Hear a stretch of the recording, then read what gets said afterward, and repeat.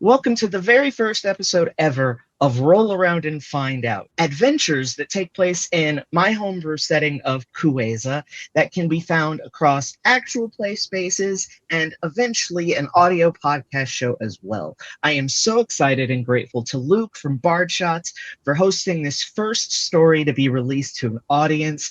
Luke, thank you so much.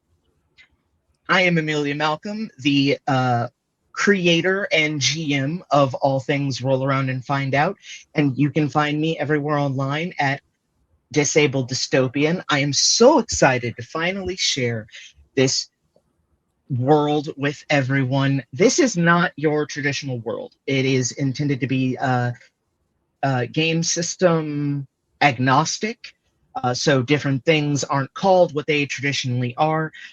Depending on the system. And for this adventure, which we have titled Collision Course, we will be running with Dungeons & Dragons 2024 or 5.5. But just know things will be different from your normal expectations. I am here with an amazing group of players. And before I popcorn to our producer to kick things off, I do have one question for the table, which is, the full title of this is Collision Course at Journey's End. All of you have been aware of this title for some time. Has anyone figured out why it's called Collision Course? Nope. I did not. Does anyone have a guess? About to crash into something? Are we Is really something going gonna to go go the boom? flying carpets? Okay, so maybe. no one has a guess on why it's called Collision Course. I think some of you are going to make fun of me for this, and I think one of you might just be really frustrated you didn't figure it out. The name Collision Course is in reference to the album that is most deeply connected to my soul, which is Collision Course with Jay-Z and Linkin Park, where they combined their songs together for the greatest rock rap album of all time. We literally had a conversation about this a couple of weeks ago. I'm so annoyed. That's funny. I was I'm gonna going have to to check that offer out. I've never heard it. I was going to offer heroic inspiration to anyone who got it right, which was very funny when other people were cast in this and clocked it 2 months ago. But you know what? Given that it's the big debut of me GMing, everyone gets heroic inspiration anyway. So go ahead and mark that on.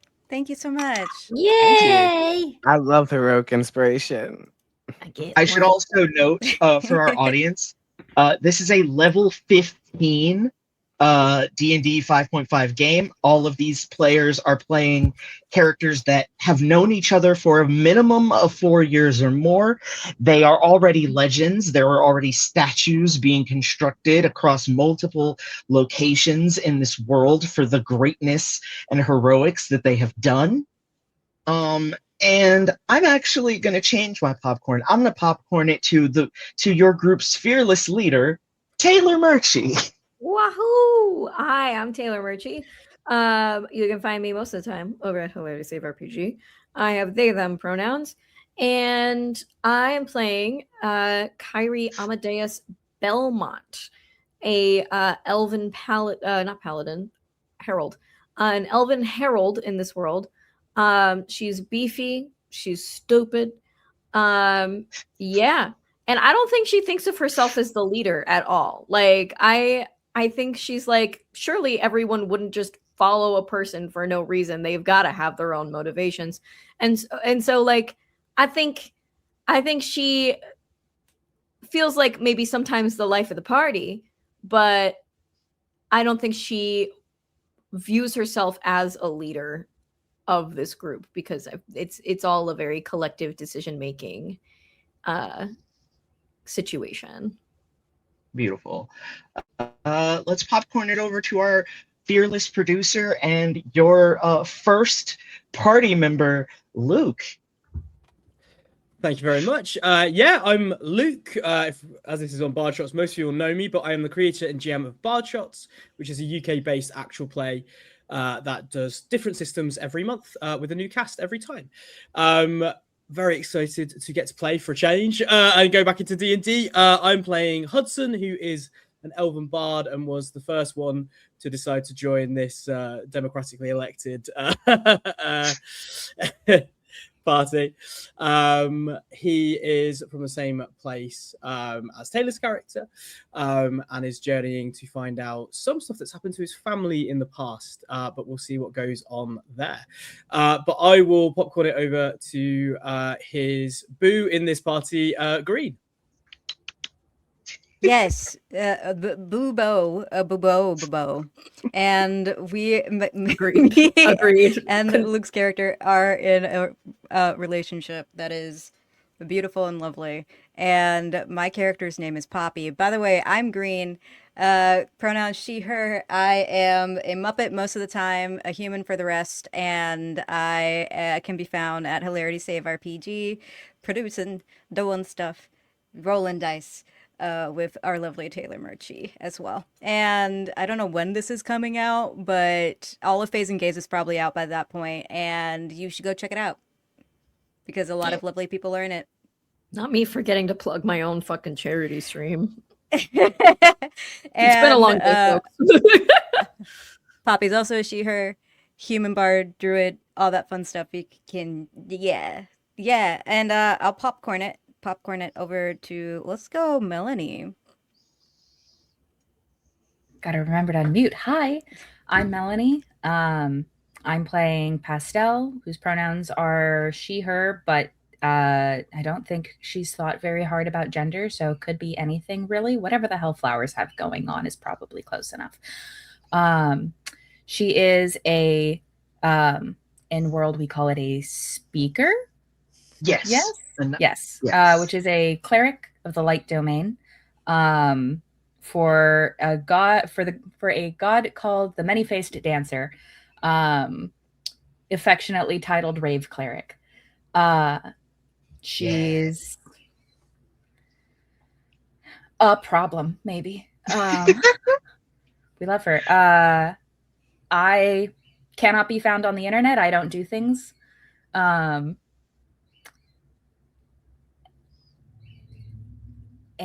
yeah. My pronouns out of game are any. Whatever's funniest for the bit. Have fun. All right, which leads us to our last member of this wonderful group of heroes, Aubrey. Hi, I'm Aubrey Liliana Murphy. You can find me on most platforms at Aubrey_Liliana with a bunch of A's at the end. You can also find me at Dicescape most of the time, playing a sad little robot on The Last Arcanist. You can find me on the Darrington Press YouTube channel. That's fun. I did a little one shot there. And I'm also on Hilarity Save as well sometimes. Um, and I'll be playing Achara Wardstone, a half giant monk. Forgot the subclass I'm playing, but I'm playing one of them. Way of the Ascendant Dragon. That's the one. Yes. She's a badass monk with a tragic backstory who doesn't understand social cues. So I'm gonna have fun. Beautiful. Also, if you do go check out the last thing that the wonderful Aubrey did on Hilarity Save, if I'm not mistaken, we were a couple in that one, and we knocked it out of the fucking park of a happy, overly excited, and loving e-girl, and a girl with all of the energy of just a get the fuck away from me cat. It was the best. Mm-hmm. DM by Green, who was fucking phenomenal. Yes. So. And also featured our lovely Taylor in that as well. So if you want to get a taste of part of this cast, you can check that out while you wait for episodes. Anyway, so let's get into this game, shall we? This is the story that takes place in the year 678 PC, or post consequence. But before we get into anything our heroes are doing, I'd like for you all to hear the prophecy of the Elven Princess. An elven king, still young yet frowns, for not one of his sons wants his crown. Eternally seeks legacy, silly as it sounds.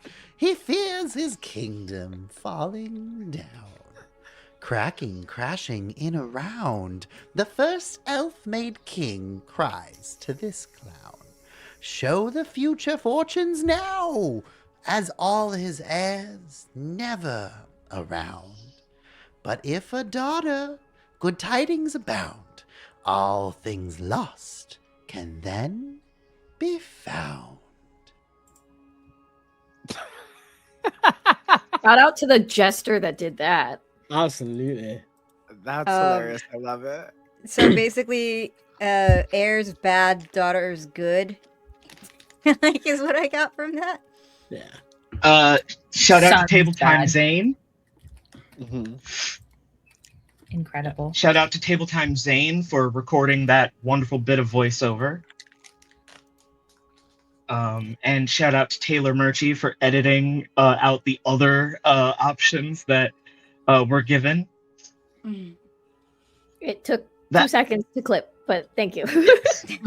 Listen, I'm gonna give credit where credit's due. I didn't do it.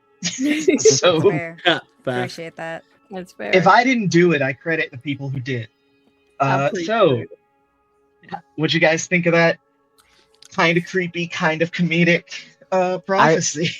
I will be spending the entirety of the hour after this session to replay that and write notes and try to decipher it. And I'm just letting you know Beautiful.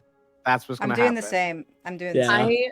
My brain says King mad, kids don't want to see him anymore. Mhm. So Yeah. maybe if this, I don't think kids want to talk to me anymore. but if he sends if his daughter comes back, then the kingdom will be fine. So Yeah. he made it a quest instead of a personal Oh. personal fucking like He could have sent Oh, a fucking emotional letter. thing. The things He's a terrible dad. Yeah. That's such a fun takeaway. I was a little Um, distracted because he did just sound like Lady's dad from Devil May Cry. And Yeah. I was like, what? You're right. This recording in world comes from Rhyme of False Fortune.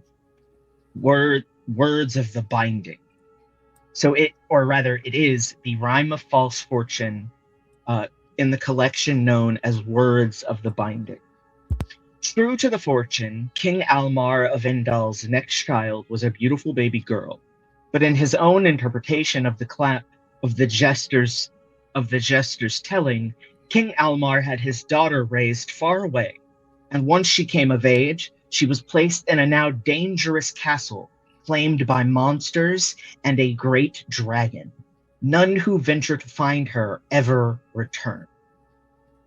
Recorded by Solmera Sias in a text, An Honest History, transcribed in 491 Age of Apocalypse, published in 620 Post Consequence.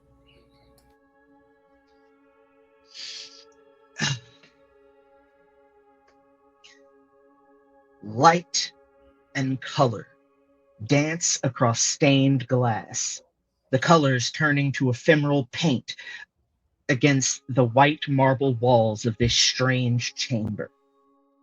Taylor, you are small, a child no older than 6 here in this space. You're looking for someone, and as you describe this young girl for us, can you tell us who you're looking for? So Kyrie is a little rapscallion of a child, messy red hair, currently wearing like wizard trainee robes in order to. So she's trying to fulfill her family's great legacy of sorcery, which she's not very good at. She is probably just been scolded by their father and jeered and poked at by her other siblings, and she's just looking for Otto because Otto always knows how to make her feel better. Otto, the best and eldest of your siblings. This was part of his room, one of his closets. But he's not here. He's not in his bedroom either. Ambrose, one of your other brothers, said that Otto had run away, disappeared to get away from you. But Ambrose always lies. Maybe Otto started a game of hide and seek without telling you?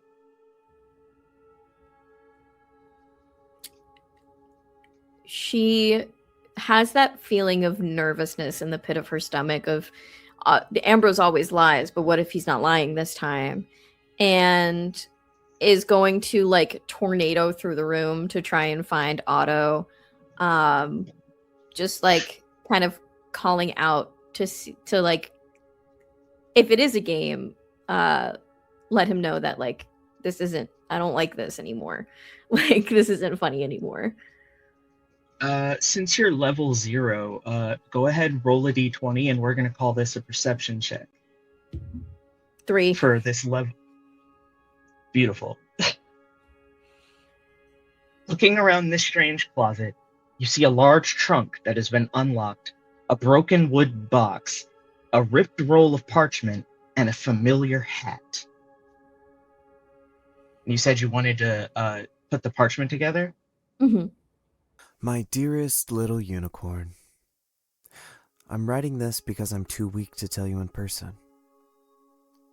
I'm leaving for a while, but I'll be back someday. There's something our family has to do, something we try every generation, and now it's my turn. It's dangerous and really silly, but it'd be fun to succeed, I think. I'll tell you all about it when I get back. Until then, I've left you this very special ring I made for you, and that hat we found on our first adventure. P.S. Remember, be good, and don't let anyone push you around. Is that Noah J. Bryan? Yes, it is. Oh. Shout out to Noah, the DM of Minds Never Matter from Hilarity Save, for recording that audio for me. P.S. Be good. Broke my heart. Yeah. My dear unicorn, what the fuck? I know. I think she just starts, because she's a baby, she's little, she just starts to cry while she's reading this letter. And she'll pull the hat over her head And just look in the broken box. Is there anything in that box? No. The box has been well, hold on, let me double check. Yeah, the box has been broken. But does look about the size for a ring. I think to that end, she knows that either one of her parents or one of her siblings got to this before she could. And she pulls the hat over her head, trying to think about how she could get it back, but she's too terrified to accuse anyone of anything. So she's just gonna pull the hat over her head and cry in the closet for a little while. And say you cry for about 1 to 2 minutes before you hear a loud banging noise from the hallway. She will poke her head out very sheepishly, still pulling the hat over her head. Also,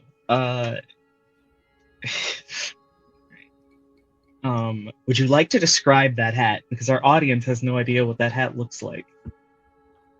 It is a wide-brimmed straw hat with a like a red rope tied around the middle of it, with like a little ruby pinning them together, pinning that rope together on the top. Oh, the ruby's not there yet. The ruby's not there yet. Okay, so no, it's just like a little rope that's like tied around it, and yeah, that's just something they found on a little adventure they went on, and she always really liked it, but it didn't fit her head, so now she's just pulling it over her ears a little bit, kind of as a safety blanket, and is poking her head out to see what this banging noise is. You see, squatting out in the middle of the hallway, dressed in like shorts, some sort of like fancy tunic top, complete with ruffles and everything, is your second oldest brother, Ambrose, banging a hammer against a ruby-laden silver ring engraved with a small unicorn riding a Pegasus. Otto's special symbol for you. A unicorn riding a Pegasus. It's a lot. There's a lot of horse. Your eldest brother was he dipped into two different ways of magic. One being first, obviously, was being a sorcerer as his family tradition. But what he hid from the family, except for you when you went on adventures, was that he was a herald as well. And his steed of choice was a Pegasus. Ah, okay. So, and since he liked to call you his little unicorn, because he believed that one day when you got a steed, you would pick a unicorn. Well, now I gotta change my steed. No, you don't. You don't have to change anything. So she has like the torn up papers like in her little hands, and she opens the door and she goes, "That's mine." Ambrose looks and says, "It shouldn't be. Otto shouldn't waste energy on you, and I'm glad he's gone so you can be treated the way you're supposed to. Like garbage, because that's what you are." You're just mad he didn't like you because you're mean. Ambrose rushes you, and you watch in slow motion as Ambrose's fist comes towards you. And just as it makes contact, you are snapped back to reality by the sharp pain of a golden mace bashing against your skull. Dazed but fairly unharmed. You can barely make out dazed but fairly unharmed. You make out the shape of a Kayum Crusader in front of you. It's your turn. What do you do? I think all of that emotion is still kind of sitting within her. And she is going to swing with her weapon and Divine Smite. Beautiful. With her Executioner's Halberd. Beautiful. That's a 23 to hit. That definitely hits. And as you describe what you look like as an adult, as you describe how you take down this Crusader, describe for us what adult level 15 Kyrie looks like. Kyrie is a not a super tall, but very towering person. One of those people that walks into a room with like chest first. Like she's very like strong and stoic and pillar-like as a human, or elf, I guess. And she still has that like messy head of red hair, and these bright blue eyes and freckles. Her biceps are something to be feared. And she usually, when she's fighting, has kind of a shit-eating grin on her face. But in this moment, all she sees is a bully in front of her. And she is going to fourth level Divine Smite. Beautiful. Describe what it looks like as you smite this, some would call angelic warrior. She like gets clocked across the face, and like she corrects her jaw, and she takes out she has her halberd in her hand and just executioner style swings it over as this bright golden and like fiery flame comes off of it, as it connects with this guy's head. Beautiful.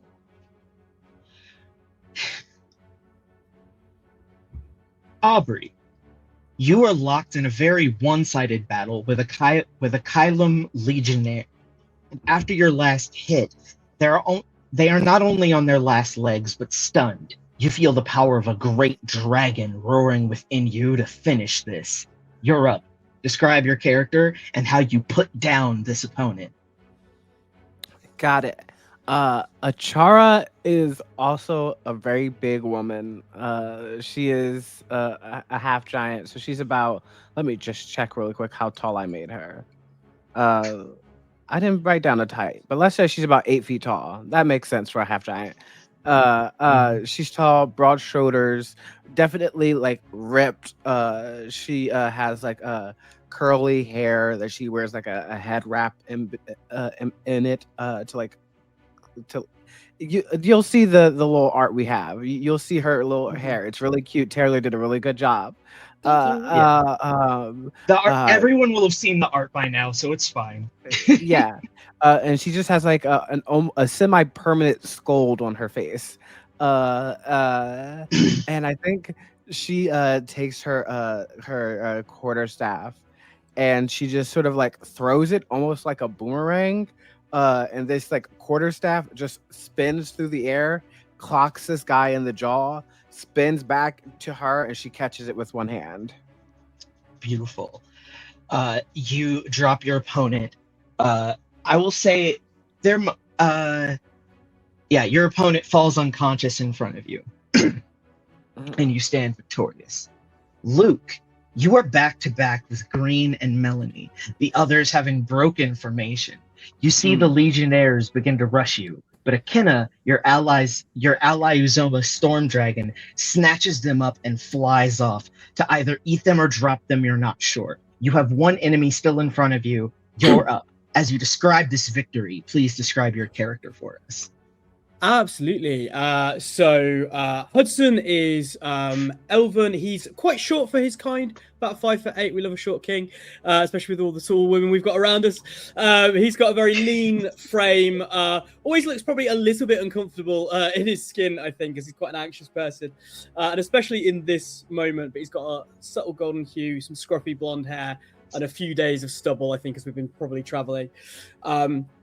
I think in this moment, concertina in hand and a little scimitar dancing around him, he sends the scimitar forward as he's just shouting in a kind of vicious mockery way of just like, can you guys just give it up? Like, this is happening every couple of weeks now, please. And sends this sword to just go and like cuts across the neck of this last enemy. Beautiful. As that enemy falls to pieces, is it safe to say that you give your partner a little bit of a wink? Yeah, absolutely. Yeah. Just like, your turn. Green, from the corner of your eye, you see Hudson bring down this legionnaire and give you a look. This is the 12th time that you all have been ambushed by Kylam soldiers ever since you joined the group 4 years ago. But you can't think about that until you take down the legionnaire in front of you. You're up. Describe your character and how you take down this gilded enemy. So Poppy is an adorable 5'1" human, and she always has a bunch of stuff in her hair, and she gains 2 more inches from the volume at the top of her head. While in battle, she is back to back with Hudson, and what she does is she does enter a rage, and from that rage, you'll see a pair of claws come out at the end of her hands as she goes to slash through the throat of one of these legionnaires. Nice. Beautiful. Mm-hmm. Pastel, everything is crazy for you right now. You're pretty sure you're still feeling the effects from that Frey mushroom you tried before you went to bed. It's even more colorful than back home. All the lines are gone, and all the lines around everything are gone, and everything you hear makes you feel like you're underwater. You see a streak of electric blue light hit this angry thing in front of you as he tried to hit you a second ago. You're up. Describe Pastel for us and how you take down this party pooper. Pastel is a fairly short, willowy, currently spring flavored Inatue. She has like a moss green skin and rainbow hair, and just looks like a rainbow threw up on her. In different saturations, different colors. She wears mithril half plate that is utterly consumed by jewelry and accessories. She jingles when she walks from all of the stacked necklaces. And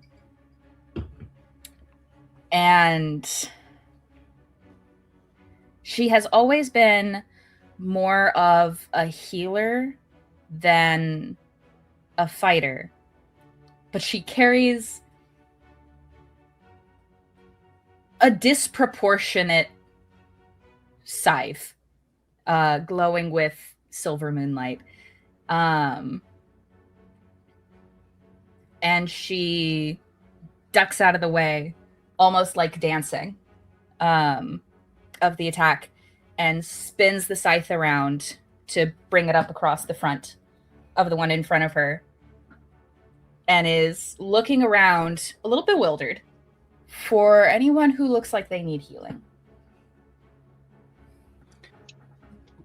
Looking around, all your allies seem perfectly fine, and there are no more enemies around you, as this party stands victorious. And I am going to roll a d6, and if I roll a 6, I have to roll again. And we're going to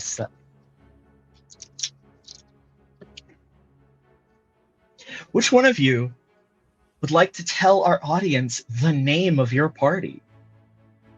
1, 2, 3. Three. Ruby Ruby Warriors. Guys, that was so good. Well done. I'm Beautiful. really You did proud it. of everybody. Beautiful. Professionals, every one of us. Yeah. Beautiful. Beautiful. The Ruby Warriors stand victorious, surrounded by what looks to be 20 sort of weaker Kailum Legionnaires. And a few like 1 or 2 Crusaders, but you all stand victorious here.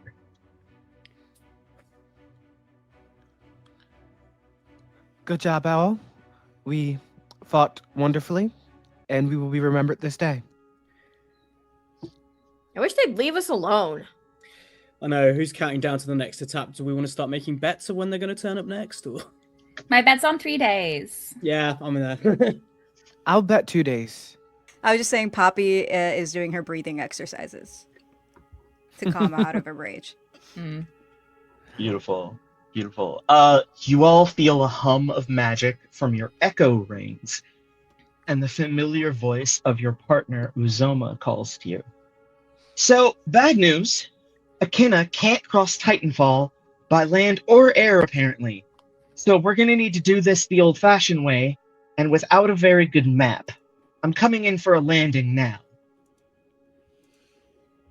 And you all see the sleek, black, and sapphire-scaled form of Akina the Storm Dragon come down from the cloud cover, landing at a large boulder closer to the destroyed mountain. Dismounting is the beautifully androgynous, brown-skinned Okara, or a halfling dwarf hybrid, Uzoma Omezi, your navigator. Her black hair done in a mohawk of bantu knots, her mount, Akina, begins to shimmer in blue light until his physical form is gone, and the light pours into Uzoma's recently replaced right eye. Whew! So, not to repeat what we already know, but that's not sand out there waiting for us in Titanfall. Not normal sand anyway. That's ash from dragon scales, dust from titan bones, crystal from Koroth's blood, and lots of very old magic so powerfully charged that it's probably been acting on its own for 300 years.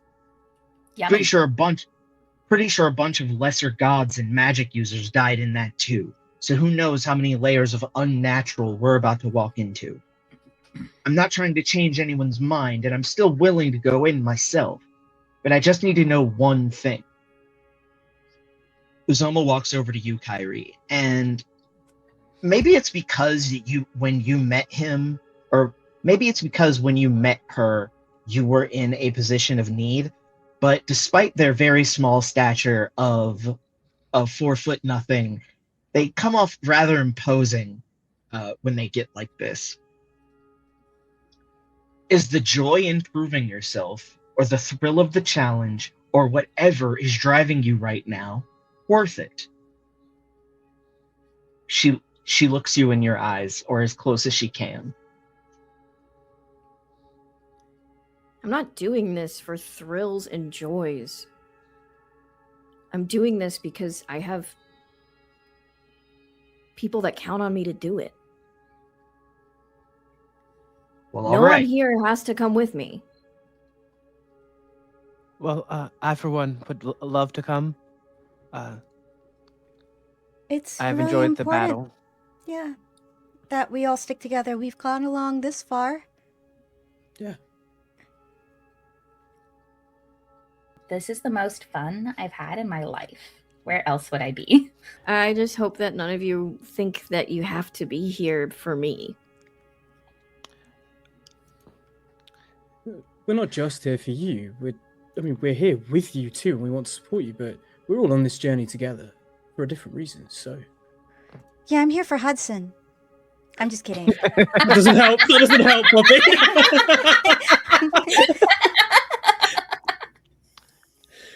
when I'm with you guys, we fight like every couple days, like celestial beings, and I think that's really cool, and I have fun doing that. So I'm here for the battle. I also want to fight things, but also I wouldn't have seen all these different places and discovered how many things a mimic could be without you guys. Can you give me an itemized list of things a mimic could be? No, that would be very embarrassing. I'd rather not right now. Well, there was the bench. There was the bench. Uh-huh. Yeah. I've seen a mimic be a tree. That's complicated. Did you That know it is could be a complicated. toilet? That was weird. Did you know Oh, that it could be a shoe? I didn't Turn know they into a make shoe. them that small. Like That's how a big is baby. a shoe? The Titanfall Desert, now only maybe 50 feet in front of you all, is an endless expanse of iridescent sand, constantly shifting color. And you notice that it's thankfully not blinding because you're out at midnight right now. Deserts are in some people's opinion, deserts are safer to traverse in the dark, as long as you can get over the lack of vision, which thankfully you all can, because it's less heat. And with Sister's Rest fast approaching, that was a very high concern for Uzoma, which is why she told you all that you would be traversing this at under the cover of night. Do you enter Titanfall? Yes. Mm-hmm. No.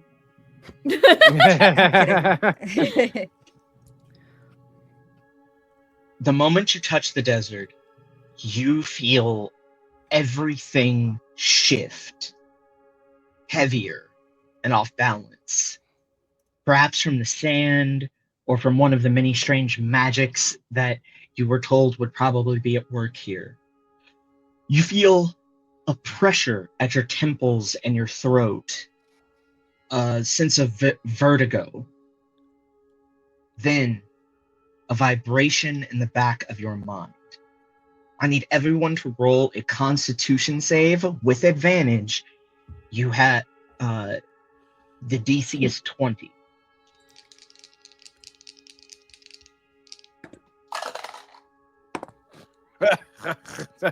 Nope. 25. You said advantage, The- right? Mm-hmm.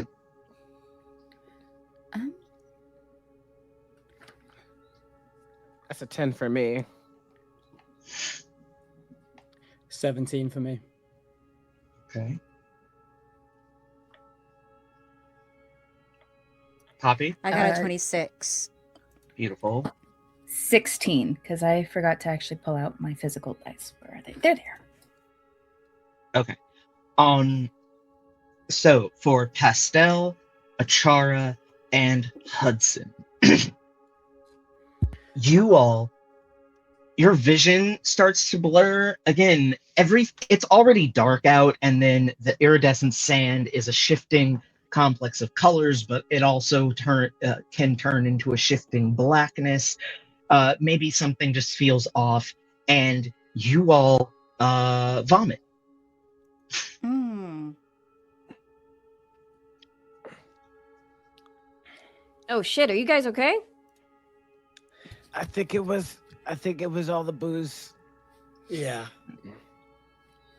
And Well- now having being dizzy and dazed from and to the point of throwing up, I need the three of you to make a wisdom saving throw, DC 20.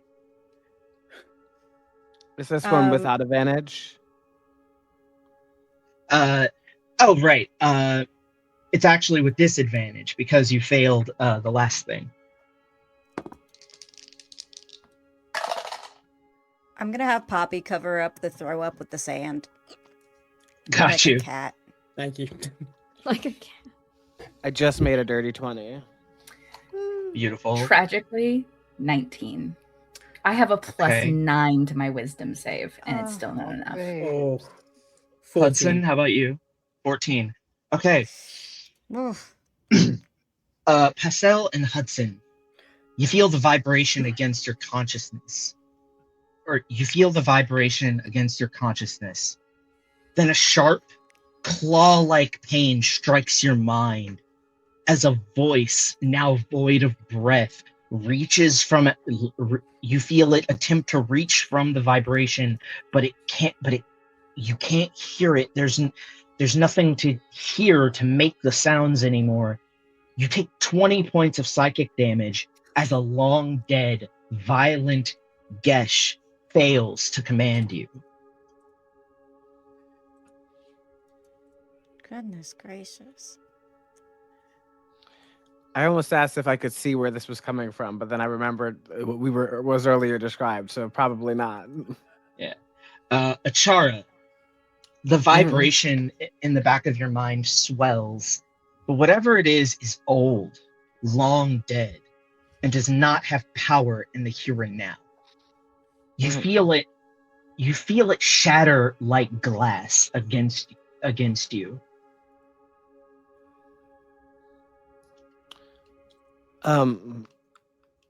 I think so I'm still not like able to really see at this moment, correct? I would say after this, you sort of like come back to normal.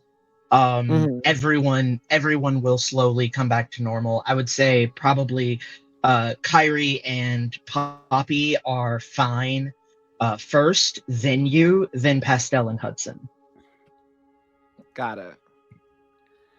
I think Achara is just looking around to see if she can see what is causing this. Give me a perception check.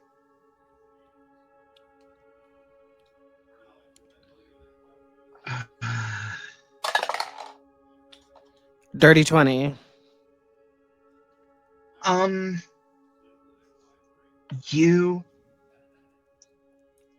You look around and there's no physical source, but that bit of you that understands magic can almost see like an aurora, not too dissimilar from the aurora that blankets the sky, just thin wisps of light of different colors all over this place. That perhaps something that was here before is still here, but there is nothing actively, like, this wasn't done with intention, at least not in the current moment. I think I would relay that to my companions. Something that I can't quite explain was here in this desert, and it's not purposely trying to harm us, but it is. So we should probably, as best we could, make quick work of this desert. Yeah, that sounds like a really, really good idea. Fine carpet time? Yeah, I think so. Yes. Are y'all good? You guys look sick. I don't think that was the Frey cat babes. Yeah. No. This place is fucked up. It's not a vibe. Yeah, I don't know what you're talking about. Yeah, do you guys feel something or something? Did you just eat something bad? No. You didn't lick the sand, did you? I've been told you can't do that. Not this time. Why would I lick the sand? I don't know. Free will. It's an important question. Let's be free. Sand on most beaches is kind of salty. And why do you know this? Licked it, obviously. Yeah. You ever look at something and you're like, I want to see what that tastes like? Not many times, no. Yes. I seem to remember. Poppy knows what's up. Azoma puts their hand on her hand on her temples, looking a little bit perturbed, and says, "I seem to remember I caught you licking the beach outside of my village when we met. You said it had a purpley taste to it." Yeah. It tasted purple. Which with all the amethyst that grows there makes sense. Mm. Poppy's gonna turn into a giant lizard. Go, Poppy. Beautiful. Come on. Beautiful. Do you want to describe the transformation, or do you just want to say you did it and move on? So it's like an So- anamorph transformation, and she says, "Well, we better start moving," and turns into a giant lizard for somebody to get on her back. I'm just seeing the book cover. Yes. Just seeing it. Yeah. Yeah. Yeah, and Kyrie will hop on your back because this is the coolest thing ever. The giant lizard is considered a large beast, so it's about the same size as a Okay. horse. Mhm. So you don't have to roll strength, because I was definitely gonna say, Horse because Kyrie lizard. Kyrie is a Hey, I got a Kyrie's 23 in big- strength. Even if I wasn't a large beast, is all I'm saying. Hey, That's a lot of horse. fantastic. She Can also they has the be titled, option to "That's a turn lot of into a horse"? horse. She also has the option to turn into a horse. She chose the lizard. Lizard better for sand. Good idea. Lizard better for sand. Yeah. Yes. Mhm. Yes. I'm gonna take out my flying carpet and hop on. Yeah, I'll get out the bag of holding and pass out the 3 carpets that we have. I want everyone who's planning on using a flying carpet roll a d4. Oh, Uh-oh. Should have hopped on the lizard. I got a 4. And here's the thing, Okay. I'm nervous because I've played with Amelia before. Rolling a thing and rolling high on it can be bad actually for you. Ah, yeah. I got a 2. Also a 2. Okay. All right. For those of you, for the one that rolled a 4, you're fine. Your flying carpet works. For those of you that rolled a 2, you feel like as you sort of like roll it out and get it situated, it sort of like, it looks as though this carpet is being like deeply impacted with static electricity. Like it has like a little bit of a buzzing to it that is not normal. And then you see the edges begin to fray. It doesn't look as though it's coming apart right now, but it definitely looks as though it is under stress to be active in this space. I hate this desert. This place is not a vibe. Rolling up the carpet and putting it away. Get on the lizard. Uzoma looks over at the two of you and just gives you a look that is like, that just says, "I told you so," and then looks at Kyrie and says, not that it's an issue given Poppy is clearly okay with it, but don't you have a griffin?" Yeah, but yeah, change it up. Also, their magic-y stuff went haywire. Some magic-y shit just happened. I don't know what casting magic and bringing a steed here is gonna do. You know what? You might have a point. Truth be told, Poppy might be the safest one of all of us, given that her magic is natural. Lizard horse. Lizard horse. That's a lot of horse. Just hearing the comment about, I don't know what casting magic-y shit is gonna do. Pastel is just kind of like cast light as a cantrip. You cast light. It's a cantrip. I just see what Yeah. happens. What does your light normally look like? So it turns out dancing lights is not actually accessible to clerics, which is a shame. So if you'll allow it, it's the light spell, but it's still rainbow colored. It's just the one, and it's on an object. I think probably I cast it on, like one of my rings or something. Okay, you cast that, and it is 3 times its normal size. Oh, and that's you just right. see this rainbow light just hit the iridescent desert sand, and it shimmers and it rings out like ripples on a lake. There are ripples of Ooh. rainbow light going through this sand.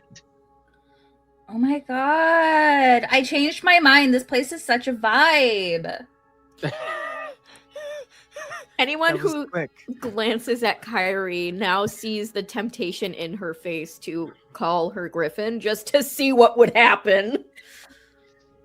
Uzoma looks over at you and says, Pastel, I am begging you, put that light out. What? Why? What happened? What's wrong with it?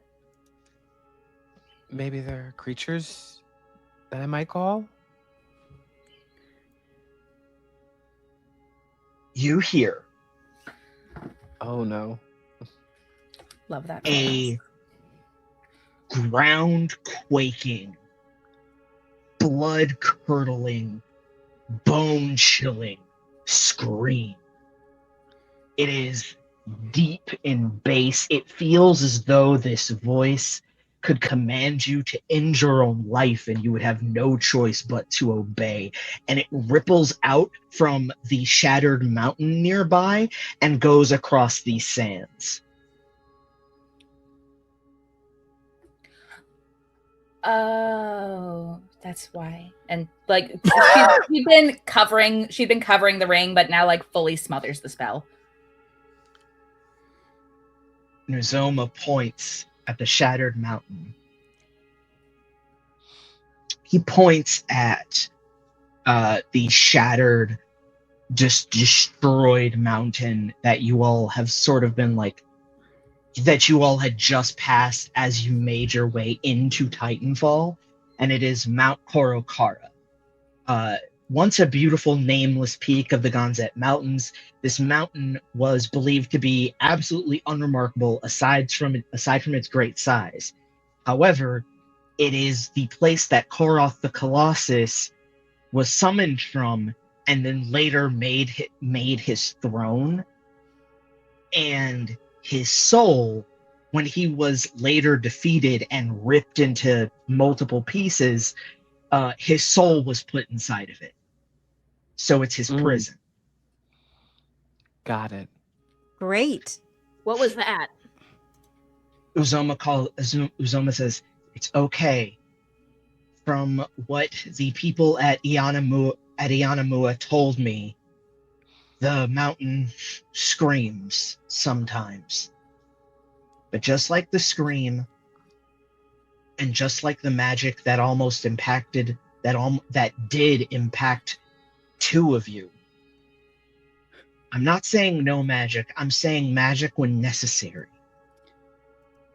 Again, this is from a battle that's over 350 years old, and there's still things here. People don't come to Titanfall. In fact, Well, Titanfall is likely the reason why that princess hasn't been recovered yet. Yeah, we know. It's dangerous. Let's get through it as fast as possible then. Yeah. Agreed. And you start heading north, which is the only obvious and clear direction you have. Thanks for the ride, Pops. Of course. This is really fun. Can you turn into a dinosaur? I haven't seen one, so I can't. Oh, we'll have to find one. Yeah, that'd be you fun. haven't. The only place that you know dinosaurs can be found right now is either in the mountains or in the Ryuju jungle, which is distinctly dragon territory and is blocked off from the rest of the valley by the red scale border, which are a series of shorter mountains that were made by the great flame dragon Kaulahi, that are quite literally shiny red mountains that cut that jungle off from the rest of the valley. Maybe after we get the princess back, we can go to those like really shiny red mountains and see if we can find a dragon or a dinosaur, and then you can turn into a dinosaur. That'd be fun. I think that'd be really fun. I like that Oh. idea. You have such good ideas. You're so smart. Do my Uzoma best. smiles and says, I mean, while we're there, we could visit Hina and Himori. I'm sure with their thumbs up, we'd be able to go anywhere we wanted. Referring yeah. to two of your former adventuring partners, a dragoon dragon rider named Hina and her dragon Himori, who realized that as much as they wanted to go on this journey with you, they were needed back home. So you Got it. parted Yeah, ways.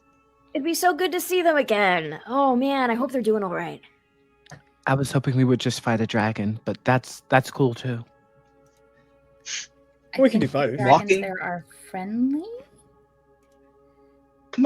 Walking this strange, iridescent expanse, you quickly lose sight of the way you came, almost possibly too quickly, leaving the wall of consequence as your only marker on the horizon. Achara, looking out at the wall, hundreds of miles ahead of you, this 3,000-foot high cliff, you feel a pulse inside you, and you hear the faint, weak breathing of your oldest companion. Give me a charisma save. Oh, okay. And I will let you know that there are degrees of success here, so there isn't a set DC. Okay, I have a -1 to charisma. You can do it. I believe in you. That's a 10. Okay. I did include your negative in the calculations. So I knew the highest you could get was a 19. So I was being considerate. On a 10, And I appreciate it. you feel a distant but terribly familiar voice on the back of your neck. Are you finally going to obey your purpose? Fulfill the dream that created you?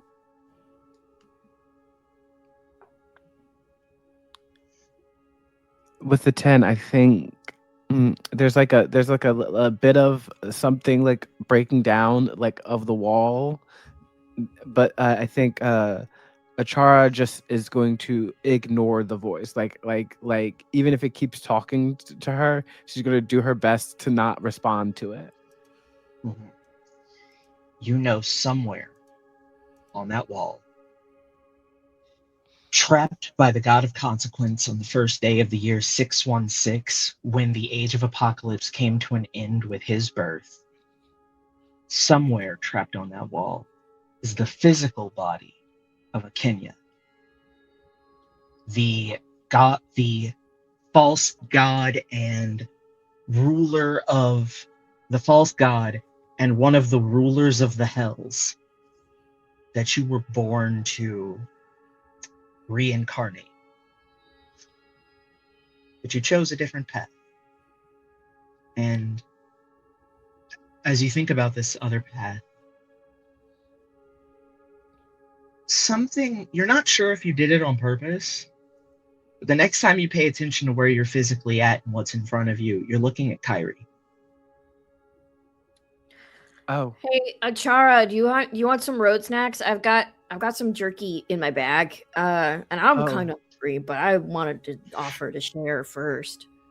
and that's exactly why I came over. Is because I wanted jerky specifically. You know, I got the jerky hookup, and Mhm. in the backpack full of jerky. That's like the one supply that Kyrie will never run out of. And hands charged a big old hunk of jerky. Just slowly starts nibbling on it, is feeling tense and needs to like do something to like get rid of the tension in this moment.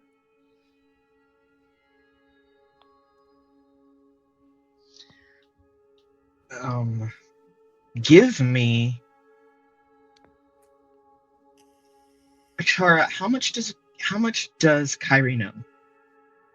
about your unfortunate destiny? I think Kyrie probably knows all of it, I would say.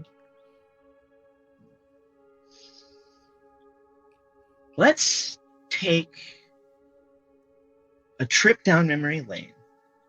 I would like you to roll a d4 for me again. That's a 2.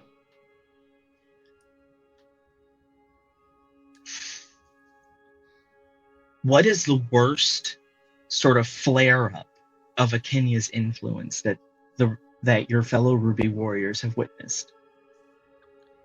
Oh Lord, Jesus. I think probably like there was probably a moment in which like Achar was like sleepwalking and just was like running full speed away from the party in her sleep. Tackled to the ground. Full on football tackle.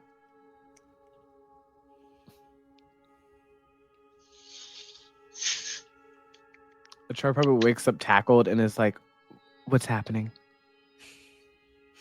You were running away. I was asleep. What do you mean? Why am I? You were Where am I? sprinting.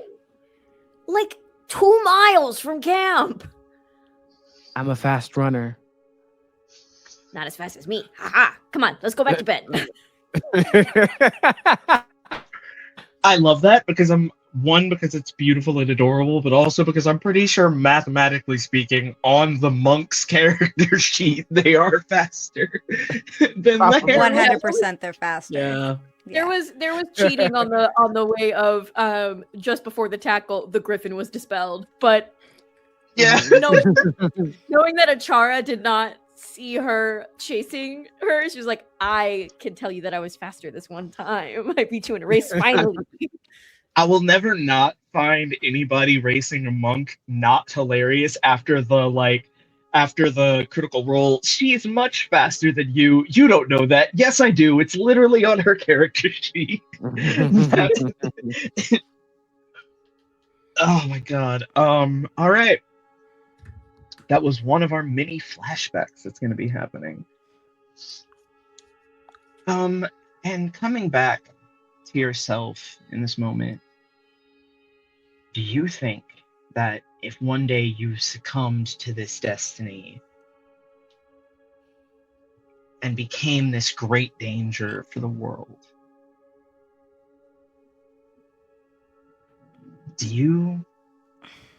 with the people around you now, do you think would you entrust the potential danger of yourself to their hands?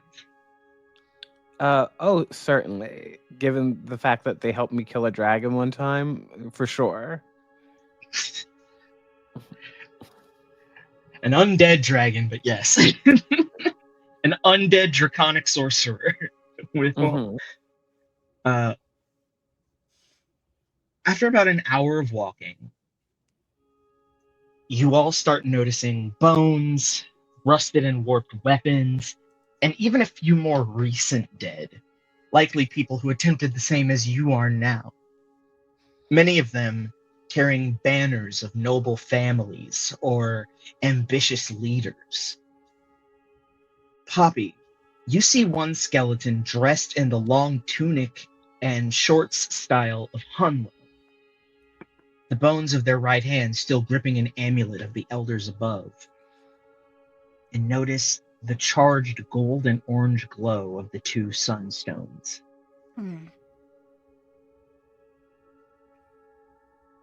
The elders above refers to the faith that worship the suns, the moons, the suns, the moons, and the veil. And in case you forgot, Hunlo is the closest city to where you're from. It's in the forest side, not on the swamp side. Mm-hmm. Is this just a vision that I'm seeing while we're moving, or No, this is literally a dead body, like in front of all of you. But I'm saying you would recognize it because it's close to where you came from. You'd be Okay. like, oh, they're dressed like the people who lived, near where I came from, sort of thing. All right. And the necklace has two of the things on the amulet are glowing.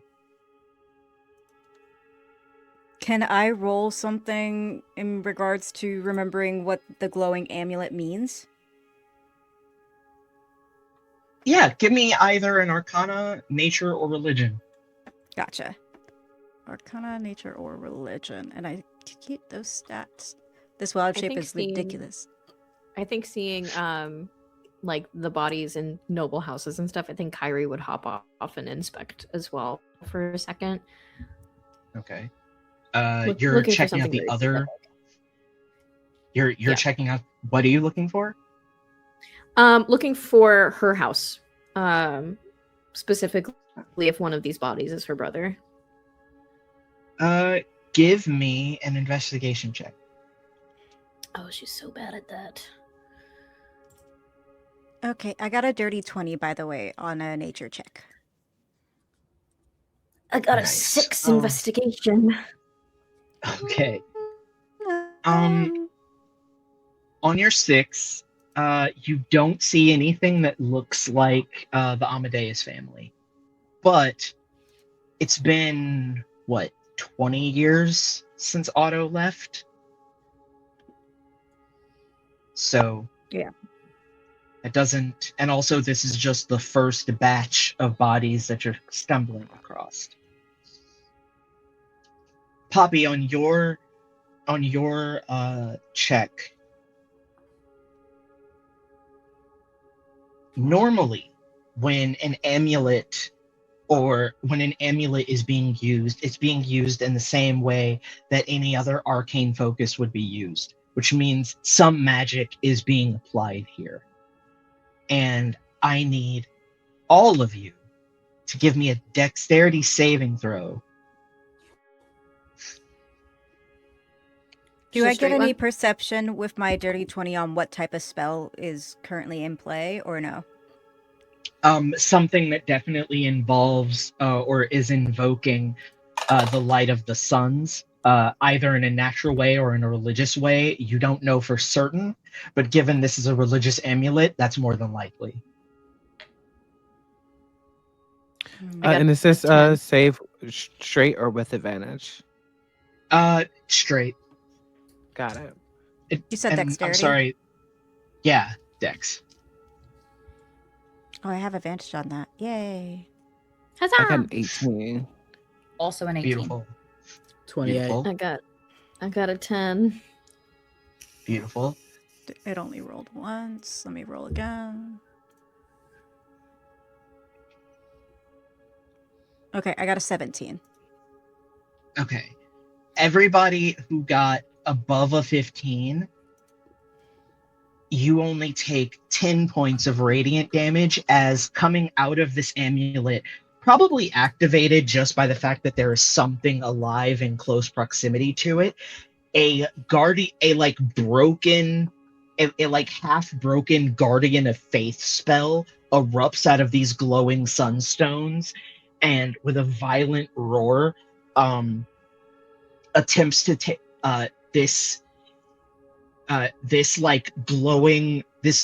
glowing orange and gold warrior comes out in a burst of radiant light, and looking around at all of you, Kyrie, it spots you, and while all of you take the initial 10 of the burst of its arrival, when it spots Kyrie, it rushes forward and attempts to stab or cut into you with its greatsword.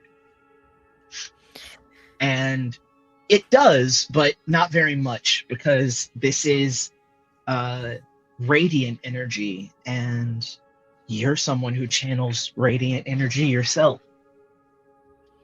Yes, So but you I feel am a not little bit of effect. resistant to it. Oh, I thought you had resistance to radiance. No. I thought all I thought all heralds did once they got. Wow. Okay. Not in Yeah, 2024. you take another 10 points of radiant damage as this guardian spirit cuts into you. Are So we I in take- initiative, by the way? No, this creature isn't enough of a threat to be considered in initiative. So, everyone who saved takes 10. Do I take 20 because I did not save? Yes, you Okay. yeah. The way Guardians of Faith the spell works is that you take 20 each time you when it arrives within the occupied amount of space, and then if you succeed on the save, you take 10 instead of 20. So Yes. I'm literally yes, going rules as written for this spell, but Mhm. changing it a little bit by saying it's acting on its own. Yeah. I think when Kyrie sees this thing rushing for her as she is like bent over trying to inspect like the sigils on like the tattered clothes and stuff, she just like looks up and goes, "Ah, shit," and is hit and is like thrown onto her butt. Just a little like bruised, but not complete, not like she's fine. Like she's Okay. hit points wise, she's totally fine. And she gets Yeah. her butt back up. I Yeah. think Uh, Poppy will yell out, "It's coming from the amulet!" And her first instinct will be to try to break the arcane focus here. So she wants to try to attack the amulet. All right. Roll to hit. Okay. Amulets don't have a high AC, but let's just make sure you don't roll like a 1 or I something. got you. It's a 16. Yeah, that'll definitely hit this amulet. Okay, and then that is I'll roll for it. 1d8 plus 2.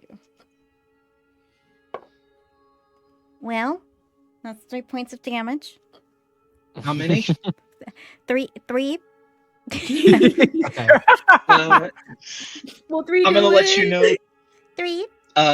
One of you. I'll let you know. One of you that isn't. So you strike it, and you strike the.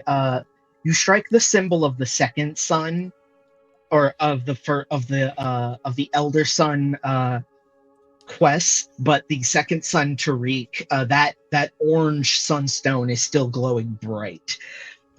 If anyone else would like to do something, they can. And before we go to whoever wants to go next, Kyrie, Yes. while this person wasn't carrying the banner of House Amadeus, or anything else that reflected your family and their personage, this guardian spirit that came out to protect them, it's clearly an elf, but one of the ancient, sort of like one of the more ancient elves with the strange ears that go out to the sides too far, and things like that, like in the pictures of your great grandfather, the way some of those elves looked. It's just like a shock of like they're coming to get me. But I think she collects herself in time to just kind of shake that off and be like, that was a whole lot of weird. Not a whole lot of horse. Well, was there a horse too? I didn't see a horse. No, I was trying to do comedy. Oh, All right. Who wants to go next to taking this thing down? Hearing Poppy shouts about the amulet, Hudson is going to try and do dispel magic on the amulet. Beautiful.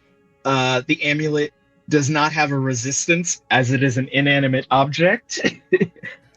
You dispel magic on this amulet of the elders above, and the spirit sort of like starts to fade a little bit, and then strangely, where a conjuration would just end, this one turns its great sword, stabs it into the dirt, and like removes its helmet, revealing far more than just its very large ears, but like dazzling Um, pu- li- you can't guess the hair color, but it is very bright. And this feminine form turns and says, "Thank you. Aw. I failed in protecting my descendant, but at least I can rest now."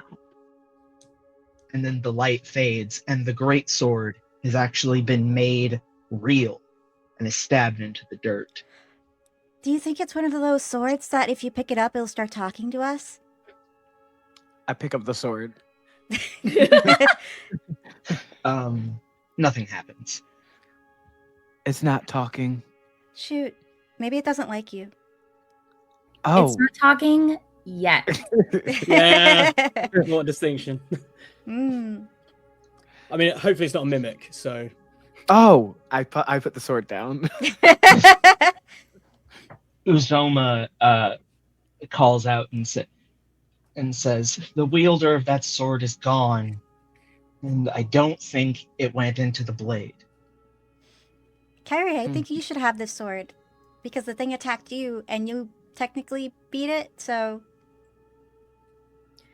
I don't think ignoring I what think I we just got did. beat up. No. I think I just got beat up by it.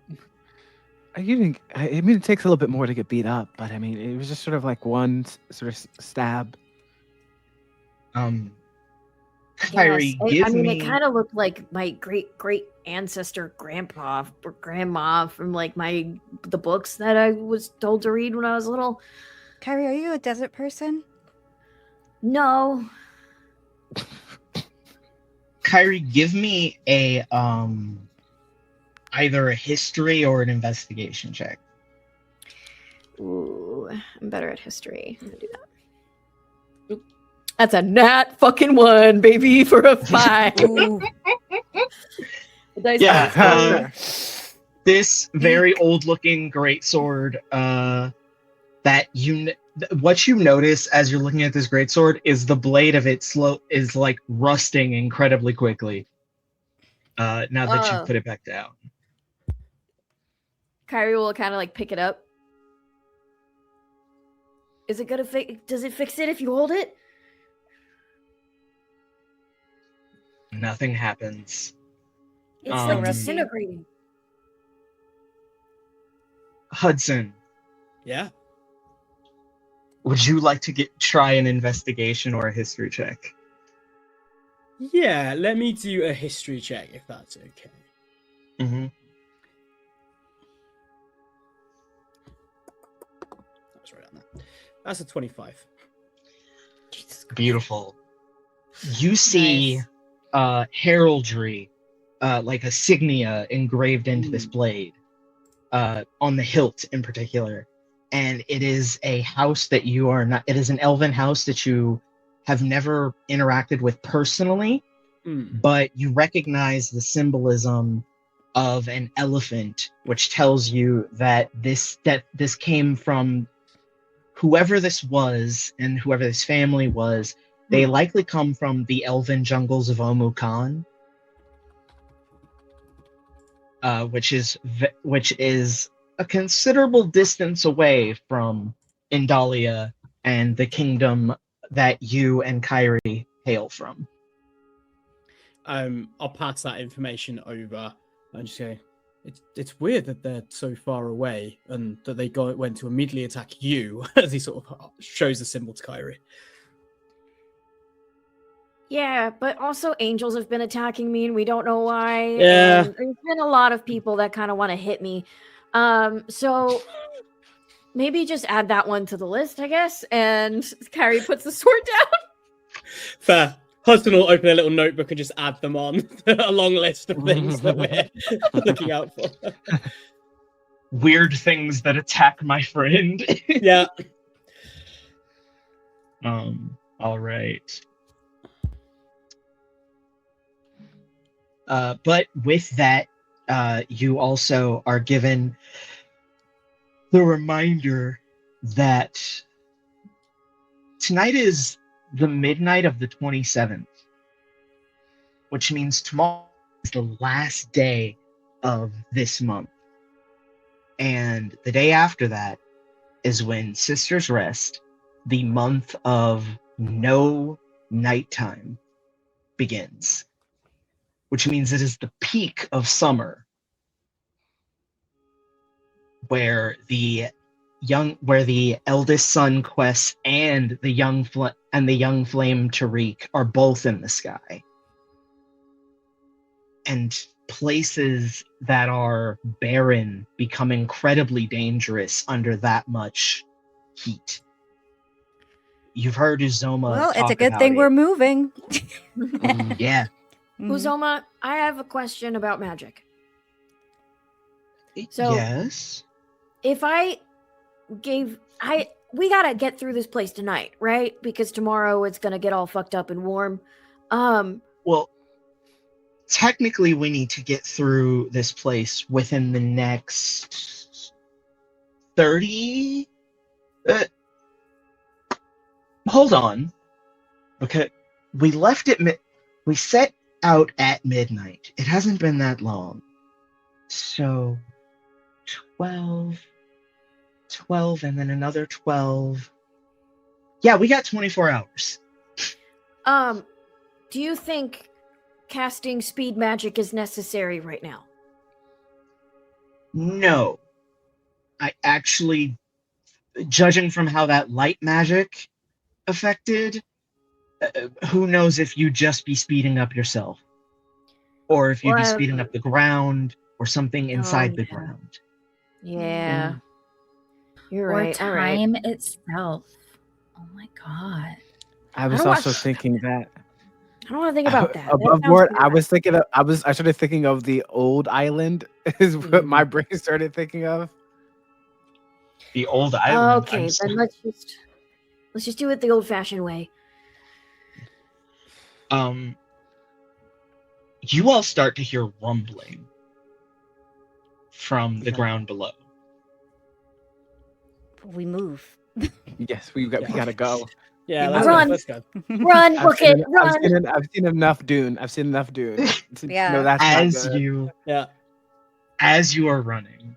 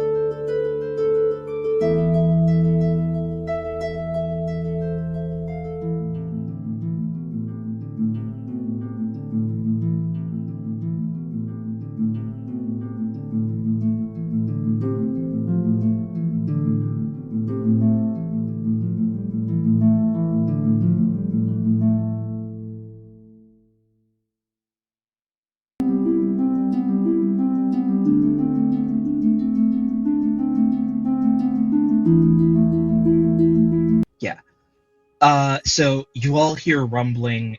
It is deep and it is large, or it's definitely coming from somewhere underground, and it is very loud, and you can hear as it continues happening. Anyone who would like to give me a perception check? I'll do it. I got a +8 to that. Don't want I'll shit. also do it. I have a +9. Nice. 23. 15. Woo! 19. Woo! Meanwhile, And- Poppy's 20. also going 14. as she's running Nice. away. All of you are familiar enough with what you've heard normally lives in like barren wastes and deserts, especially during this time frame where the world is fun tidbit for our audience. Most of the stories you will hear that take place in Kueza are set in a post-apocalyptic setting where magic was the apocalypse. However, the current age is the most post-apocalyptic it can get because the apocalypse ended like 52 years ago. So so yeah. Anyway, all of you know that there is some sort of burrowing creature that has sensed you and is making its way.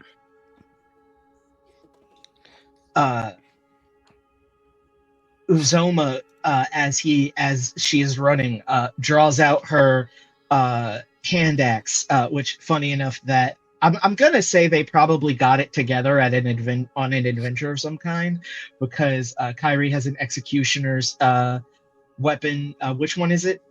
The Which executioner's execution? halberd. Yeah, you have the executioner's halberd, and Uzoma has an executioner's hand axe, which I did not plan, but that's super fun. Uzoma looks to you, Poppy, and says, "Desert worm," like asking what you think this might be. Should I roll something? You You already tell? rolled high. You already Okay. rolled your nature, right? Or no? Go ahead and roll nature. Yeah. Mm-hmm. Okay, because I rolled perception earlier, and that was my 19, Okay. so I didn't know if you were using that. Yeah, you can roll nature with advantage then. Mm-hmm. Okay, so then with advantage on my nature, that is a 19 again. Beautiful. More than likely, this is a desert worm. Mhm. You just don't know the yeah. size. So is this a situation where we have to stay and fight, or we can eventually outrun it? I From would what you would say, from what you would know, running is probably best. Gotcha. Because you wouldn't want to risk trying to stay and fight and getting swallowed. Heard. All right, so What? she would tell Izumi, yeah, and we gotta move. We gotta keep moving. As you're all running, we are going to go ahead and go into initiative, not because of a fight, but because of a chase. So give me 1 second. All right. All right. Love chase rolls. Everybody go ahead. And roll initiative. I have the encounter here. I'm gonna Oh, use a no. lock point. I'm gonna use a lock point to reroll because I do not This want to is- roll on it. Crazy. I got a 19 again.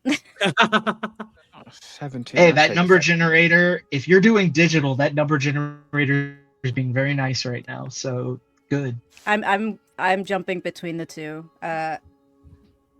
physical and digital. Who's using the Thembershot dice? Fantastic. Right? Me. They're from my Monday podcast game. Lovely. Pastel, what did you get? Inorganic 20. Artificial, if you will. Nice. A GMO 20. Nice. Yeah. Oh yeah, I'm feeling that. A 20 that's had some work done. Acharo, what did you get? A 17. Oh, let me mark down. I Nice. used luck point.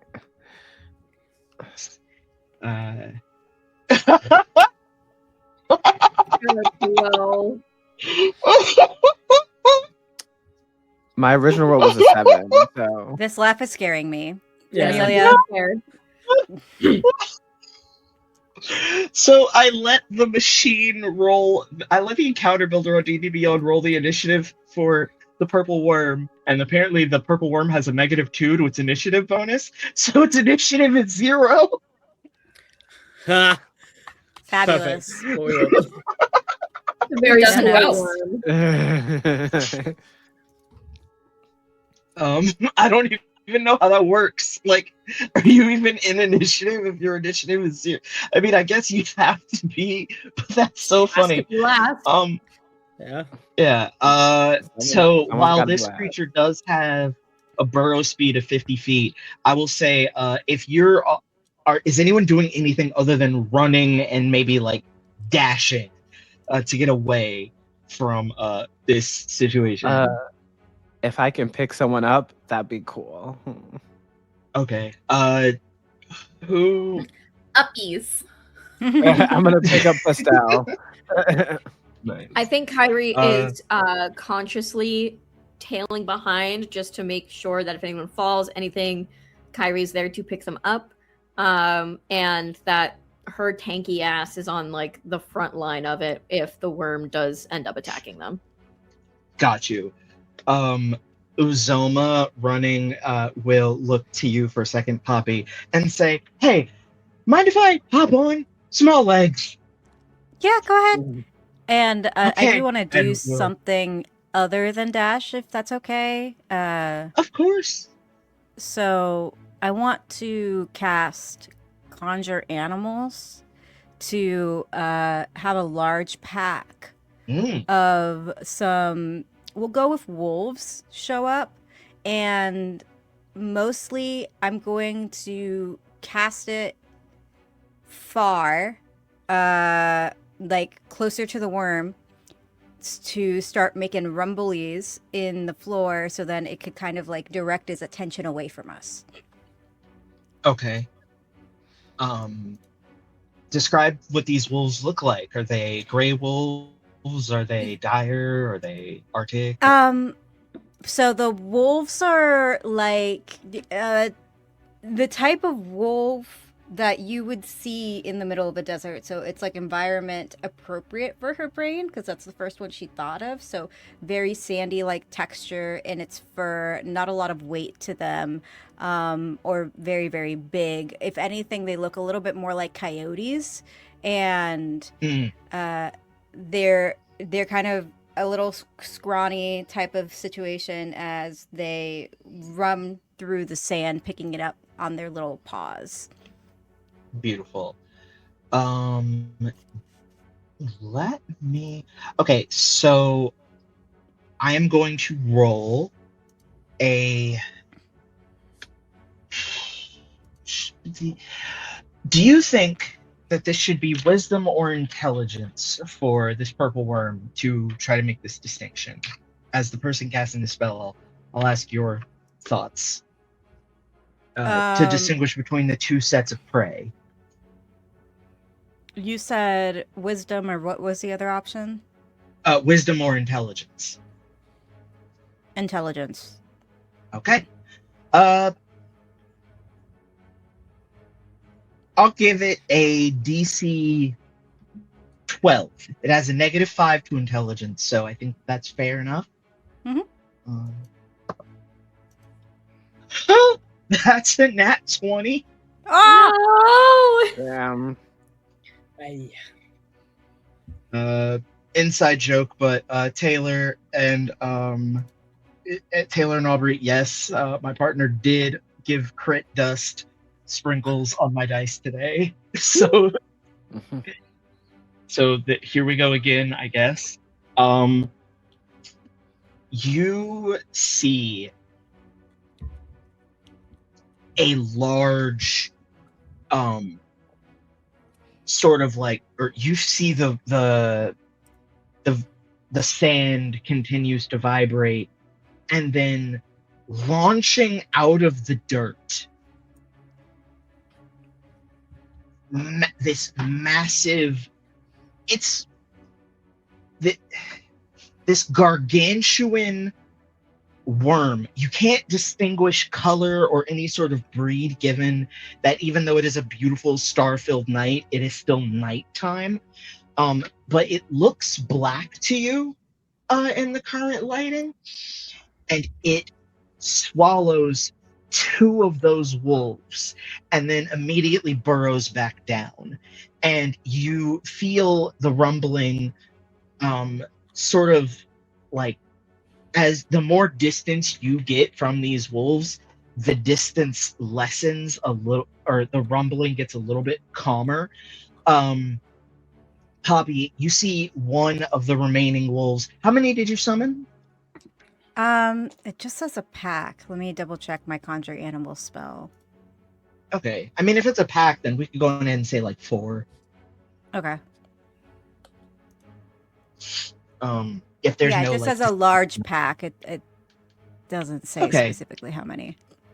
all right, so let's go in and say like roll a d10 and it'll be that plus like 3.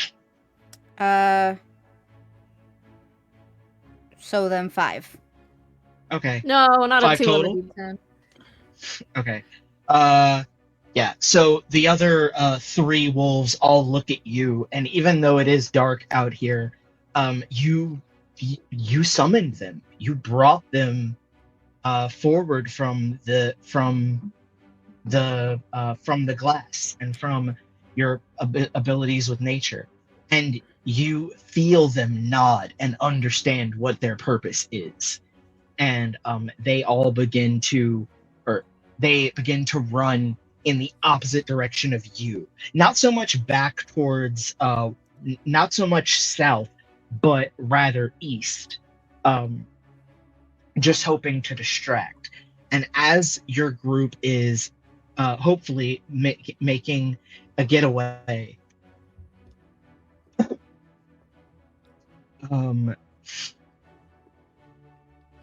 I hold on. Yeah.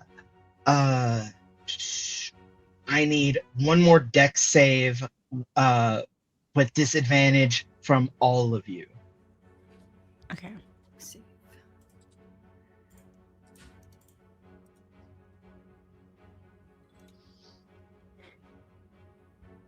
I believe my dex is different. 18. Let me see. 15. The DC is 17, by the way. I did have that written down and Did realized not I reach. forgot to mention it. Did not reach a 17 at all. Okay. Got a nat 1 for a 10. But Oh, Crip. R.I.P. all of us. I got an 11 with disadvantage. okay. So only Kyrie succeeded on this dex save. All right. Let me look exactly because I have the tab for the spell. It's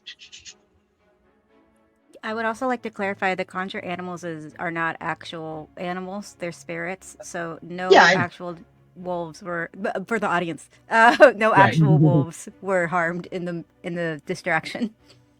beautiful. Just as the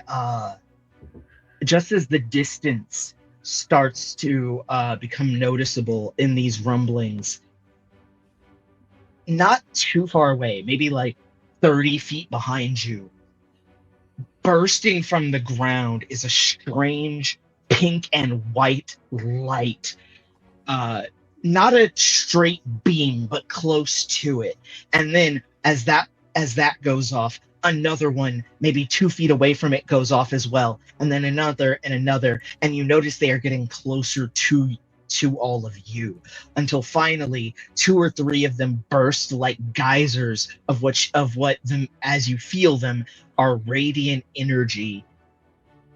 And you take Kyrie, is the ones who succeeded, roll a d4. 1. Nice. So this spell normally does this spell on its base level. The spell is Astral Flood. It is a evocation spell, and at its base level, it does 4d10. However, this spell was cast at at 5th level by someone at some point, or perhaps rather, these traps were laid at 5th level. But bringing it down by 1, it brings it down to 5d10. So I am going to roll. There's so much bullshit in this desert. There's so much bullshit. Who put traps in the middle of the desert? I'd like to call your boss and complain. Like, what the fuck? Well, they're I mean, if You the trap could, was for but- the worm, no, the trap was for the war, and it wasn't a desert at the time. But those traps didn't get triggered, and now everybody's dead, and they have been for probably centuries. Yeah, that's fair. Yeah. It's Oh like my how God. people will still randomly find accidental landmines in the Oh, middle, yeah. in like the Yeah. English countryside. Those things are nasty. Yeah. Mhm. This is just like that. It's like we forgot where we put those. Oops. Sounds about right. I'm manifesting a bunch of ones. Yeah. Let's manifest it Wow. together, gang. One. 29 One. points One. of radiant damage. No, What? we didn't. For what? manifest. 29. Yeah, Okay. 20, That's okay. 29 I'm points of radiant damage as these bursts of like arc of magical radiant mines go off. But as you also understand, you're not the ones tripping them. So while you're getting hit by while you're being hit a little bit by one and then full on by another and on and on and on. Also, Kyrie, you don't take any of this damage because you've managed to evade it. Or does it say half on a success? It doesn't say. Let's see. But for radiant damage, target can all of you. You're like partially blinded. You can each only see everyone except for Kyrie. You can only see within 15 feet of yourselves. As anything beyond that has the blinded condition until the end of your next turn. I don't need to see to run. Guys, I'm at 69 HP. Nice. Nice. Costella's looking rough. Got Oh, wow. So is Hudson. Wow. You guys, heal. Yeah, I think that's gonna happen. Is magic necessary now? Can I heal? Yeah, please. Uzoma just calls out, "Yeah, definitely." As you see, Uzoma has also suffered a little bit of damage. Great. And you all have one round of movement-wise. This is what I was trying to get at. Kyrie, do you have dark vision? Because you're the only one that doesn't have the blinded condition. Yes.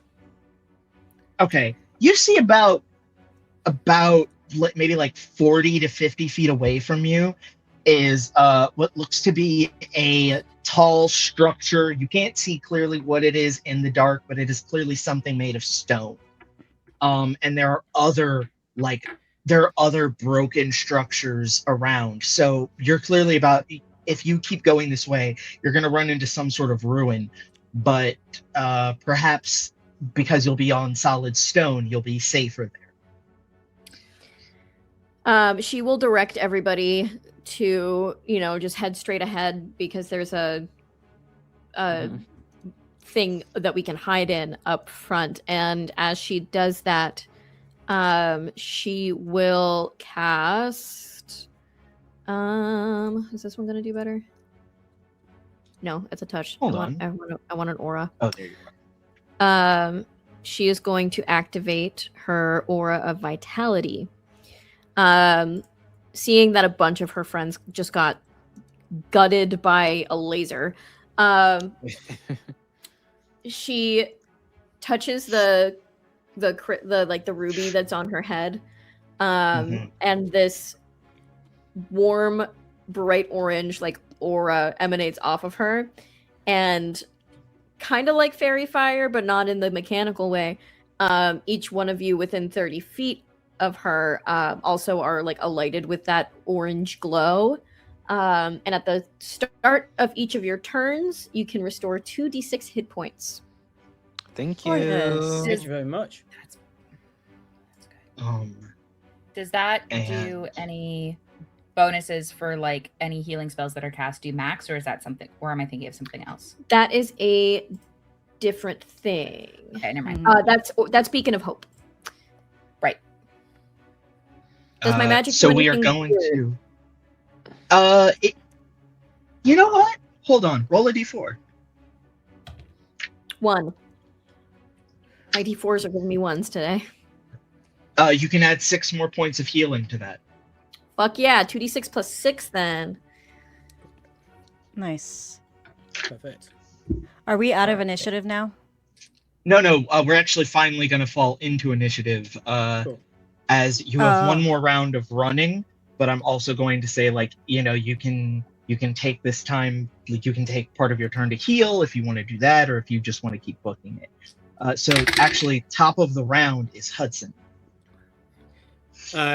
Cool. Hudson's going to take his action to keep dashing, probably as one of the slower members. But if Kyrie's the person that's at the back, I use my bonus action to give you bardic inspiration. And don't forget, you can heal 2d6 plus 6. I absolutely will. So you get a d12. You can also use that as a reaction for offense or defense. But if we get there, I'll let you know. But yeah, and then I'll 2d6 plus 6. 1, 2 1s. Great. 8 points, but that's something. Thank you so much. That's me. All right.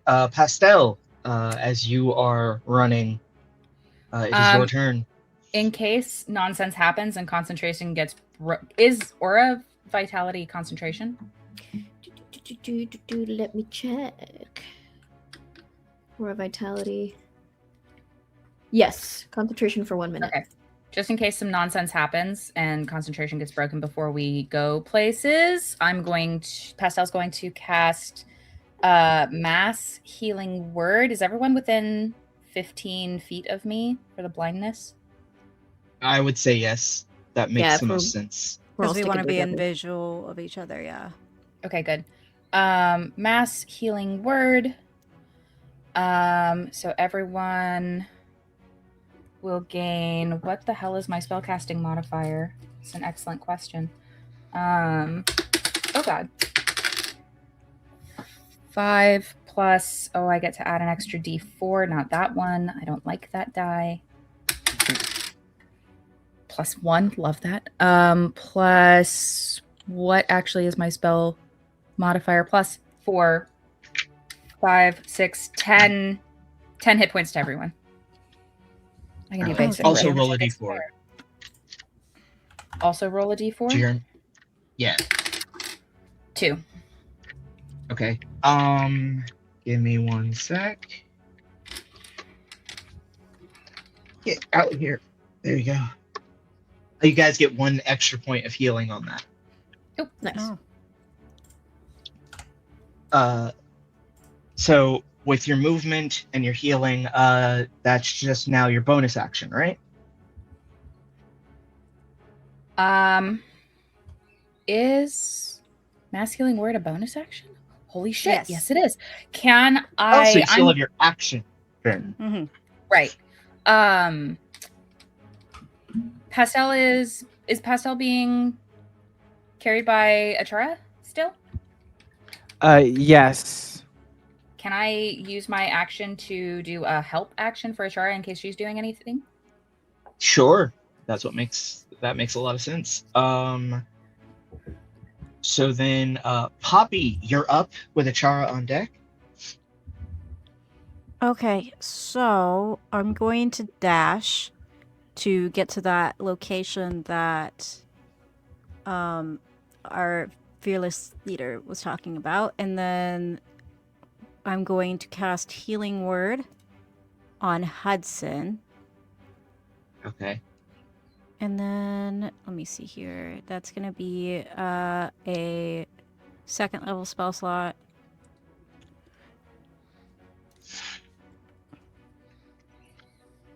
For 9 points of healing. Amazing. Thank you so much. Mm-hmm. Beautiful. And don't forget, you also get 2d6 plus 6.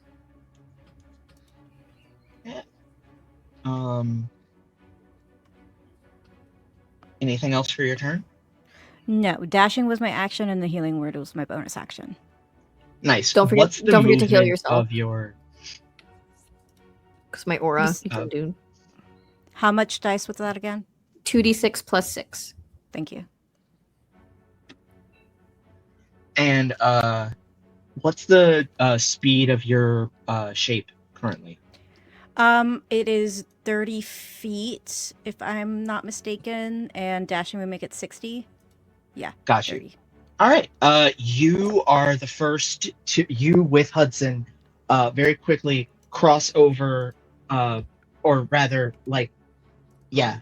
As you're booking it, your vision starts to come back to you, and you see a large, sort of crude stonework archway that definitely is going into an enclosed building.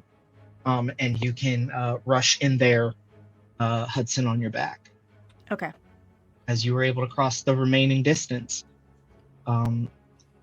marking the two of you safe. Kyrie, that is you. Well, I Okay. thought I was next. Oh, right. Sorry, Achara. I clicked the Got- button, and it Mm. it was on you already, and then I clicked the button, and it lit up Kyrie, and I was like, oh, but it's Achara. I would like to use my bonus action to use my feature called my half giant feature called I believe Powerful Build, which allows me to grow to large size. Nice. It also gives me an extra 10 feet of movement. Okay. So now my movement speed is at 65. Nice. What does it look like as you grow from medium to large? I I imagine almost like not like all the works of turning into a Super Saiyan, but like you know how they like do this thing when they're like when they're Yeah. doing it. I imagine she does this thing and then like grows like a little bit to become large with Poppy in her with Pastel in her arms. Nice. And she doesn't have to dash because if 60 feet gets you there, she's at 65. Nice. So she just is gonna run with Pastel. I'd say you're probably like 10 feet tall now, growing in size like that. I think that makes sense to me. Yeah, you went from 8 to 10. You get through this archway no problem, and you actually notice, I think you're the only one to notice, that technically you probably had like 6 feet of space. Which, given the different places you've been, I mean, you've had to duck into spaces quite a bit in your traveling. You are safe, and so is Pastel. Poppy, I see you have your hand up. You're muted. Izomi was on my back, right? Uzoma and Uzoma, Hudson were sorry. both on your back. Yes. Yeah, I just wanted to make sure because you mentioned Hudson being safe, but not Uzoma. So I wanted to make sure. Got you. Yeah. Got you. Yeah. Uzoma and Hudson are both on your back. So that leaves Kyrie at the back. You are the only one who does not make it inside in time. But it is your turn. So I will let you know. Well, hold on. Let me double check. Let me get back to that. With 35 feet, you would be just like 5 feet shy of the space. So if you wanted to use your action to dash, you could, and then you could do whatever you like with your bonus action. Yeah, I that's up to think you. I'm going to full action dash. And then as I am getting into the doorway, I'm going to cast. Oh no, that's an action. Fuck, never mind. Yeah, I'm just gonna full action dash to get in there with everybody else. Okay. All right, nice. We're gonna make that a little cinematic since you're the last one, if you don't mind. You are running. The sand is shifting far more than normal. Your armor it's not heavy because you've been wearing it for years. You're used to it. It's mithril, but as you're booking it, and you're making good time, but everyone else is just a little bit faster or is being helped by someone who is a little bit faster. You're doing your job. You're making sure everyone is safe, and a few more bursts and explosions of light pop up around you again, sort of like weird magical light geysers, and then just as you see or feel the ground dip and something roars behind you, you make it through that archway, and all of you turn to see a half like busted and broken purple worm coming out of the dirt. And that's when you notice that black liquid has been falling from the sky ever since those explosions started going off. As purple worm blood and bits have been falling. Because those traps weren't being hit by you, they were being tripped by the worm. Also, if anybody on the start of the turn did not roll for the 2d6 plus 6 hit points, please do so you heal the way that you were supposed to. And if you would like to, I also need you can ignore this worm, or you can finish it off. I feel bad for the worm. I honestly kind of need to put this big guy out of his misery. Yes, I'm gonna do my aura of vitality healing first, and then I will turn around and finish this guy off. Seeing that, because you do still have a bonus action, but if you're wait, no, your turn's over. So, or did you want to do something with a bonus action? Hold on, I'm 7 plus 6, 13. Whip, heal 13. Bonus action. Let me see. Actions. Bonus action.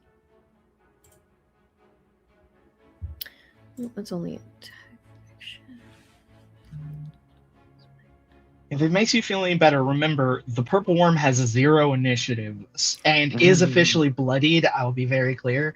So all of you will get a move before it does. And also its best move can't be used because you're safely like on different ground now. Yeah, I don't really have a bonus action I can do here, so Kyrie's just running into the thing. Nice. Kyrie, hold on. I'm gonna roll this with physical dice.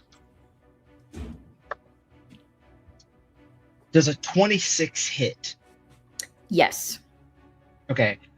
You take 16 points of piercing damage and 35 points of poison damage as the tail stinger of this worm gets shot out at you and gets you like right in between the pauldron and the plate. Okay, so what's the total damage there? That is a total of 51. Jesus. How close is the worm to us in this moment?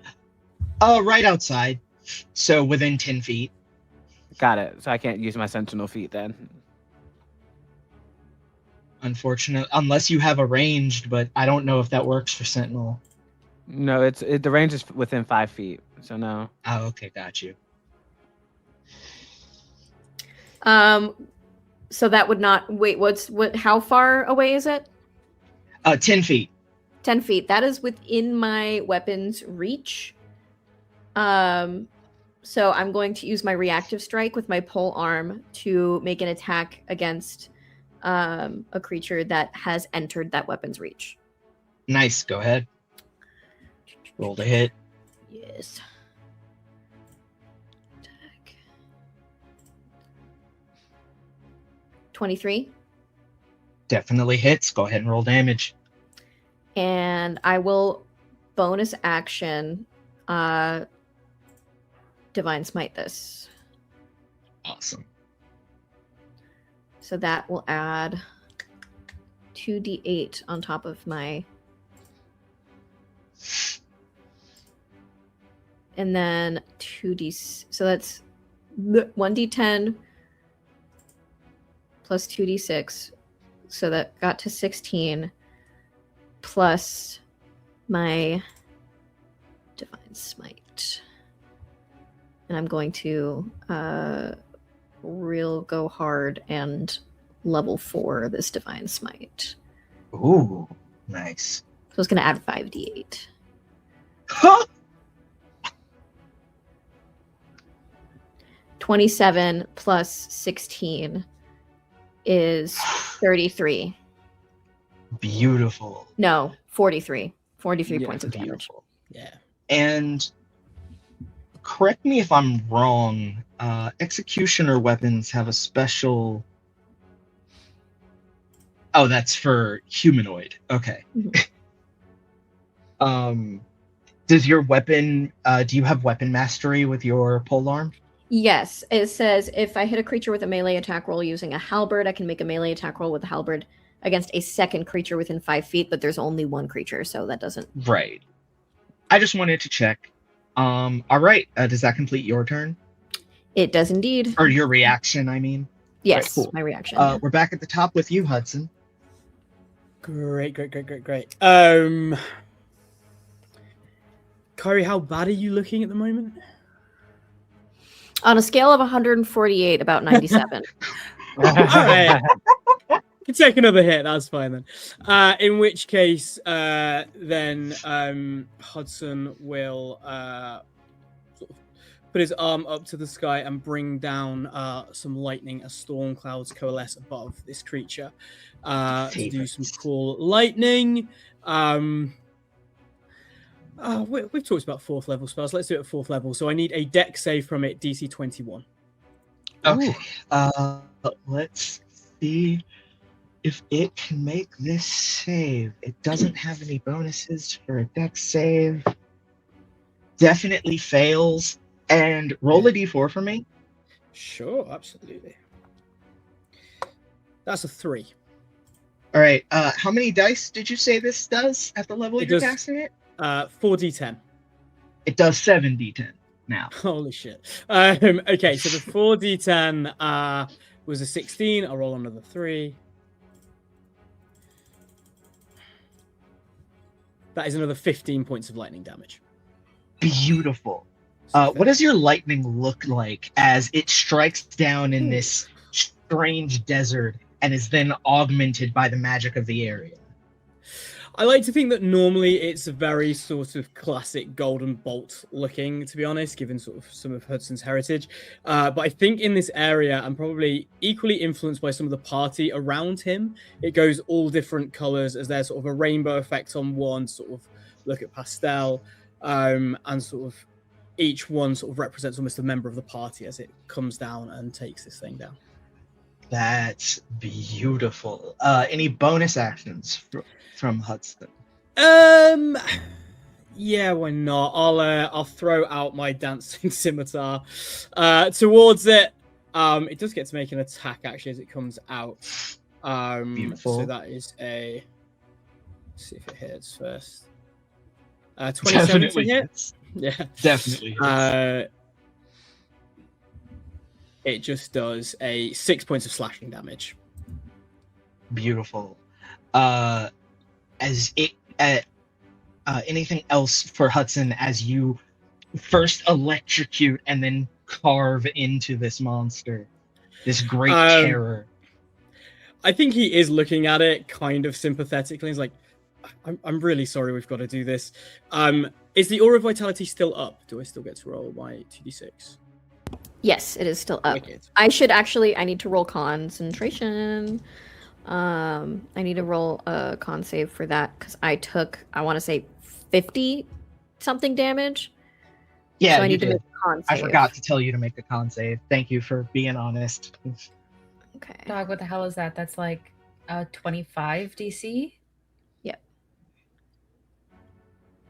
I hit 25. Fuck yeah. Nice. All right, I have to pee. I will be right back. Okay, got you.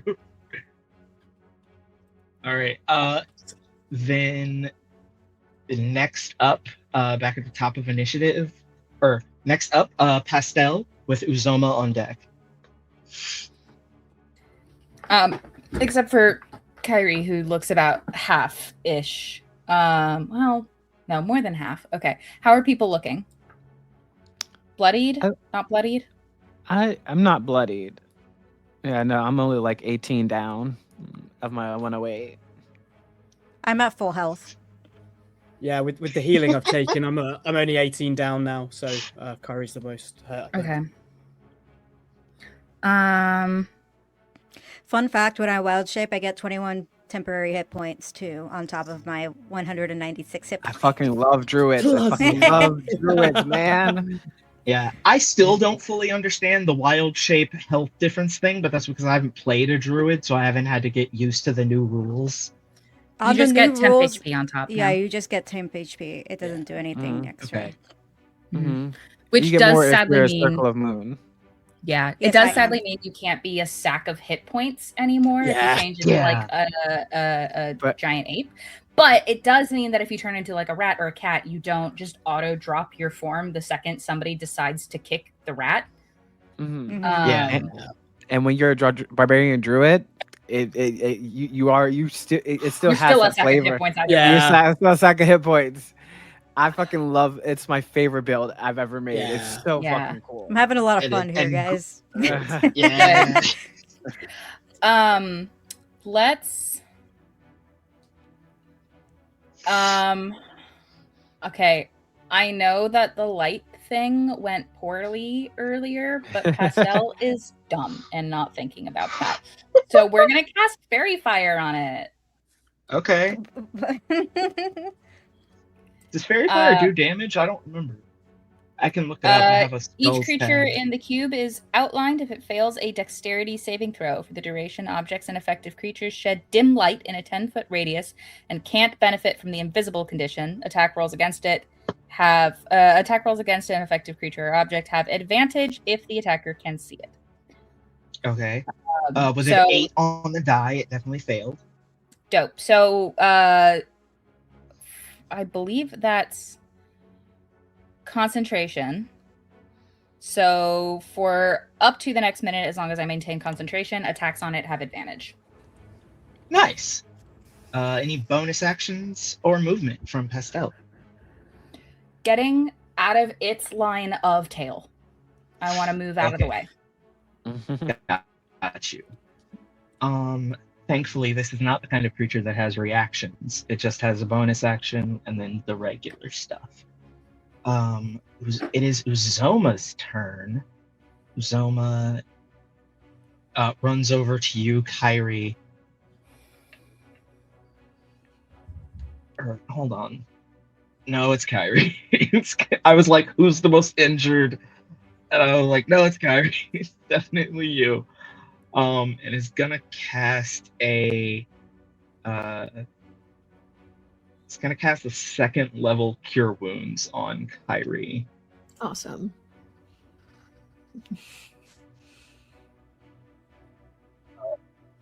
You feel this, like, it looks sort of like fire, except it's purple. It's purple, like the amethyst of Uzoma's birthplace, but then there's also a blue of Akina's sapphire being, and you are your wounds are sort of like seared, but not seared in like a this will need medical attention later, but like seared back to perfectly fine. Beautiful. And while you are not fully healed, Uzoma smacks you on the back and says, I'm assuming you can handle the rest. Yeah, I got it. Thanks, Uzoma. And Poppy, you're up. 24 points of healing, yes? Yeah, 24. Okay, so Poppy's gonna bump herself out of her wild shape, and you guys you won't really see it because she'll be like behind you guys, and you just kind of see her jump in from behind, kind of coming in with her flail, and swirling in the air and getting it right into this worm. She is rolling. And I got a 26 to hit on the first one. And then let me Definitely roll hits. it again because I got 2 attacks per action. Ooh, that is a 28 to hit on the second. Definitely So- hits. I'll roll this with my manual. It's going to be 2d8 plus 14. These are attacks, yeah? Did you roll with advantage? I did not roll it with advantage, but I did hit both times. You could roll for I mean, do you roll wanna with see advantage if- to see if you crit. Oh, true. Yeah, you can crit fish it. I love crit fishing. Yeah. It's so fun. Best kind. Hey! Hey! Yeah. This is why we crit Okay. fish. Yeah. Well, that's hilarious. Okay. That was the greatest. That was the greatest gasp I've ever heard in my entire life. What a great gasp! Yes. Wow. I'm so happy. Okay, so one's gonna be an at 20. How are we doing crits here? You just double the dice. Just the standard. Okay, so so instead I'm gonna roll 2d8 plus 14 for one hit, and then just another 1d8 for the regular. Okay. Okay. So then that would be plus 14 plus 7 is 21. So then it's 3d8. Where are my d8s? There they are.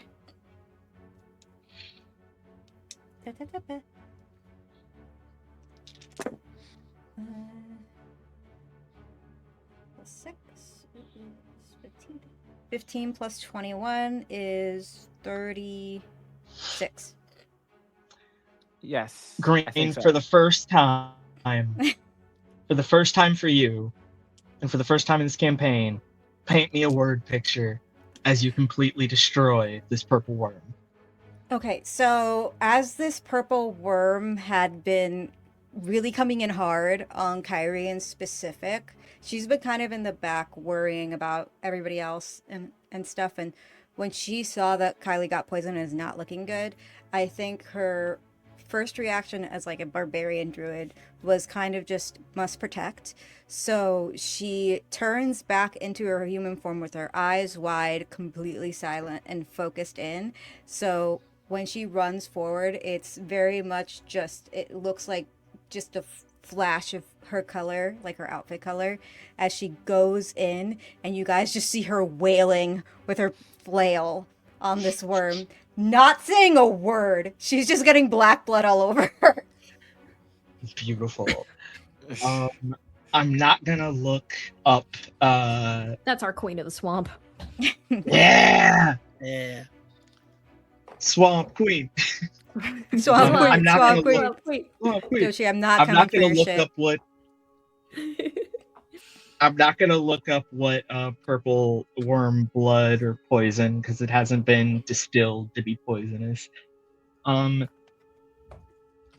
desert goes quiet as this gargantuan creature collapses with a loud echoing thud.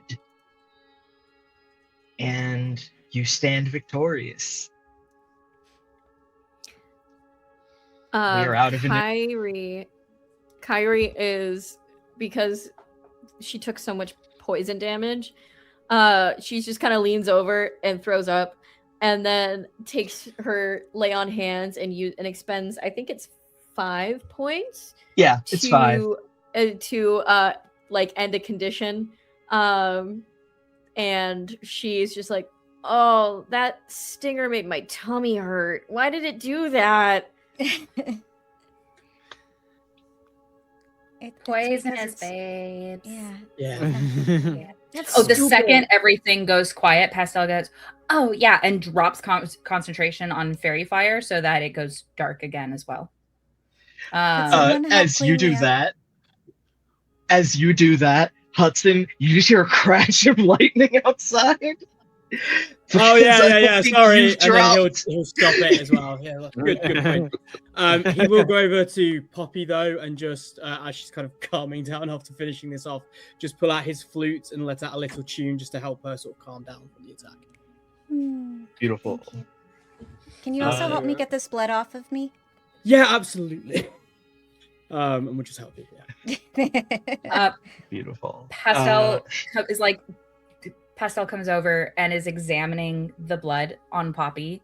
Is like, can I take some of this? And like pulls out an empty bottle. Sure.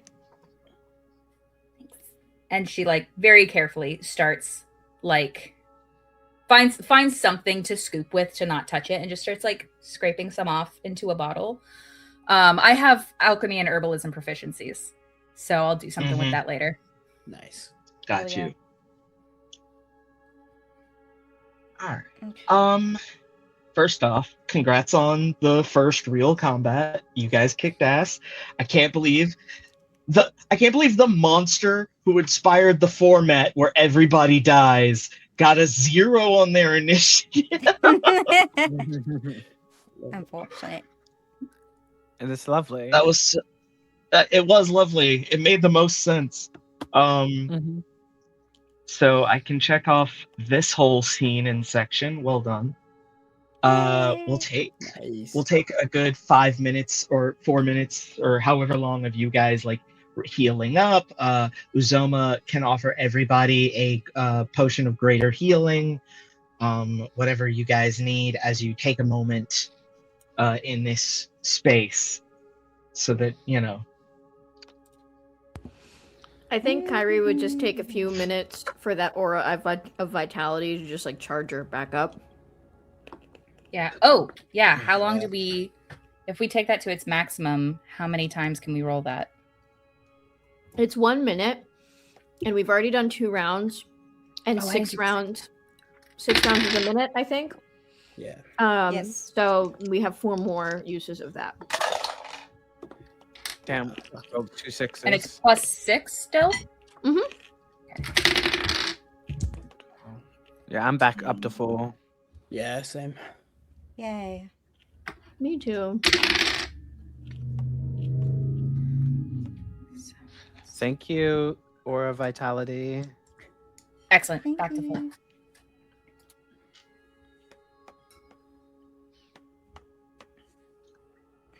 Kyrie, Yes.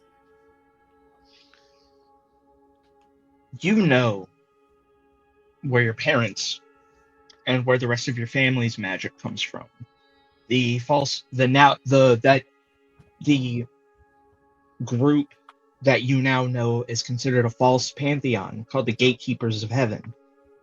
Mm-hmm. Where does your power come from? Where's the source of your magic?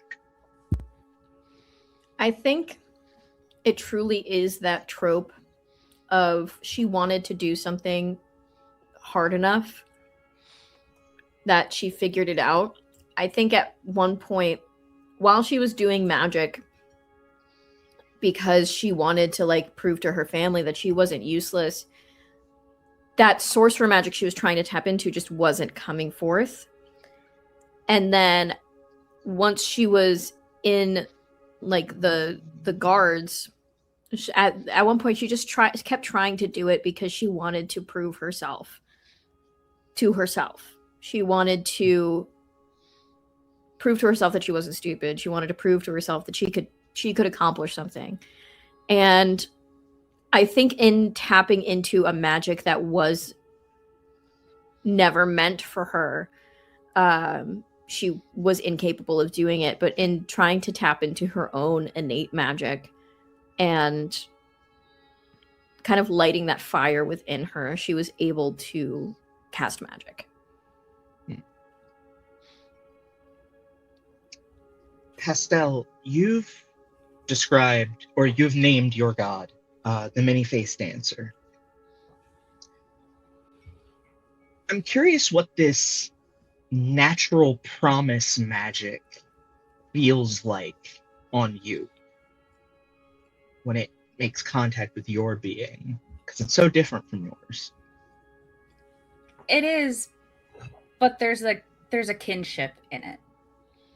Not just that there is something divine to it, and not just there is something divine to it, and not just in a godly religious way.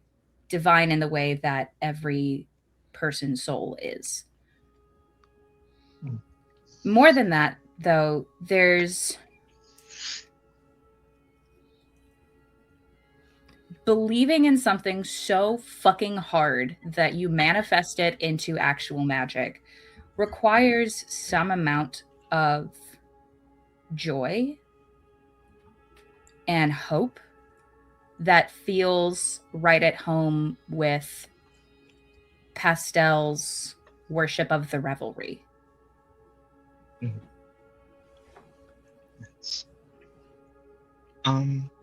I have to ask, same question to Poppy, who is also a natural mage in the sense of your magic is nature itself. What is this? Again, my best way I could phrase it is promise magic, or self-determination magic. What does it feel like? I think to her, it's a pact. And one that is filled with love, or the ground that she walks on, the water that drives away thirst, and the air that keeps her lungs full. It is the return of all the life that the world has given her. That's what the magic is. It's the whisper of a promise and the devotion to keep things safe. So, while it's not necessarily the same as an oath, it's more of like a familial bond with the energy that surrounds everything. So, it's one with her, she's one with it, and it flows naturally because of the amount of love that she has for everything around her. That is beautiful. I almost made a joke, but it would reference a movie that I don't think Taylor has seen, so I won't do it. Because you haven't seen Rogue One yet, have you? Mm-hmm. Gotcha. Yeah, great movie. And what does so as you're all here, Uzoma, sensing that you all are gonna take a minute, reaches into his arcane pack, and pulls out boxed lunches that were made back at the tavern by Uzoma before you all ever left. One thing you know for a fact is this is more than likely going to include salmon because Uzoma recently bought a lot of salmon, so more than likely that's going to be an ingredient in this dish. And Uzoma cooks when you all are camping and traveling, but has gotten into the habit of making previously prepared meals as sort of wizards and arcanists have developed more ways to keep food good and fresh for longer. And these sort of like enchanted lunch packs are a relatively new creation. As he's passing, more like magical bento boxes. Yeah. As she is passing one out to each of you, I'm going to ask, and we're going to start with Hudson. Other than salmon, what's one dish that Uzoma knows you love that she tries to make for you most of the time? Oh, that's a really good question. I think it is some kind of risotto-based dish, including the salmon. But I think as we have been traveling and had some introduction to new foods by certain members of the party, he now can't eat it without some like ground crickets on top of it. So she knows that that's his favorite one. It took him a long time to admit it to her as well, but that's his favorite. Beautiful. that is what you find when you open this black metal box covered in runes. Poppy, same question. Her favorite food is a baked potato with some crunchy insect legs on top, and no sour cream or cheese, but instead a mushroom seasoning and a big lump of like probably stewed greens. Mm. Yeah. That it works out that you don't like sour cream because sour cream hasn't been invented yet. They haven't figured out how to make sour cream from almonds or soy just yet. I think she would eat sour cream if it existed. It's just, Oh yeah, I was it just doesn't. saying, this isn't a regular potato. Yeah. Mhm. Achara, how about you?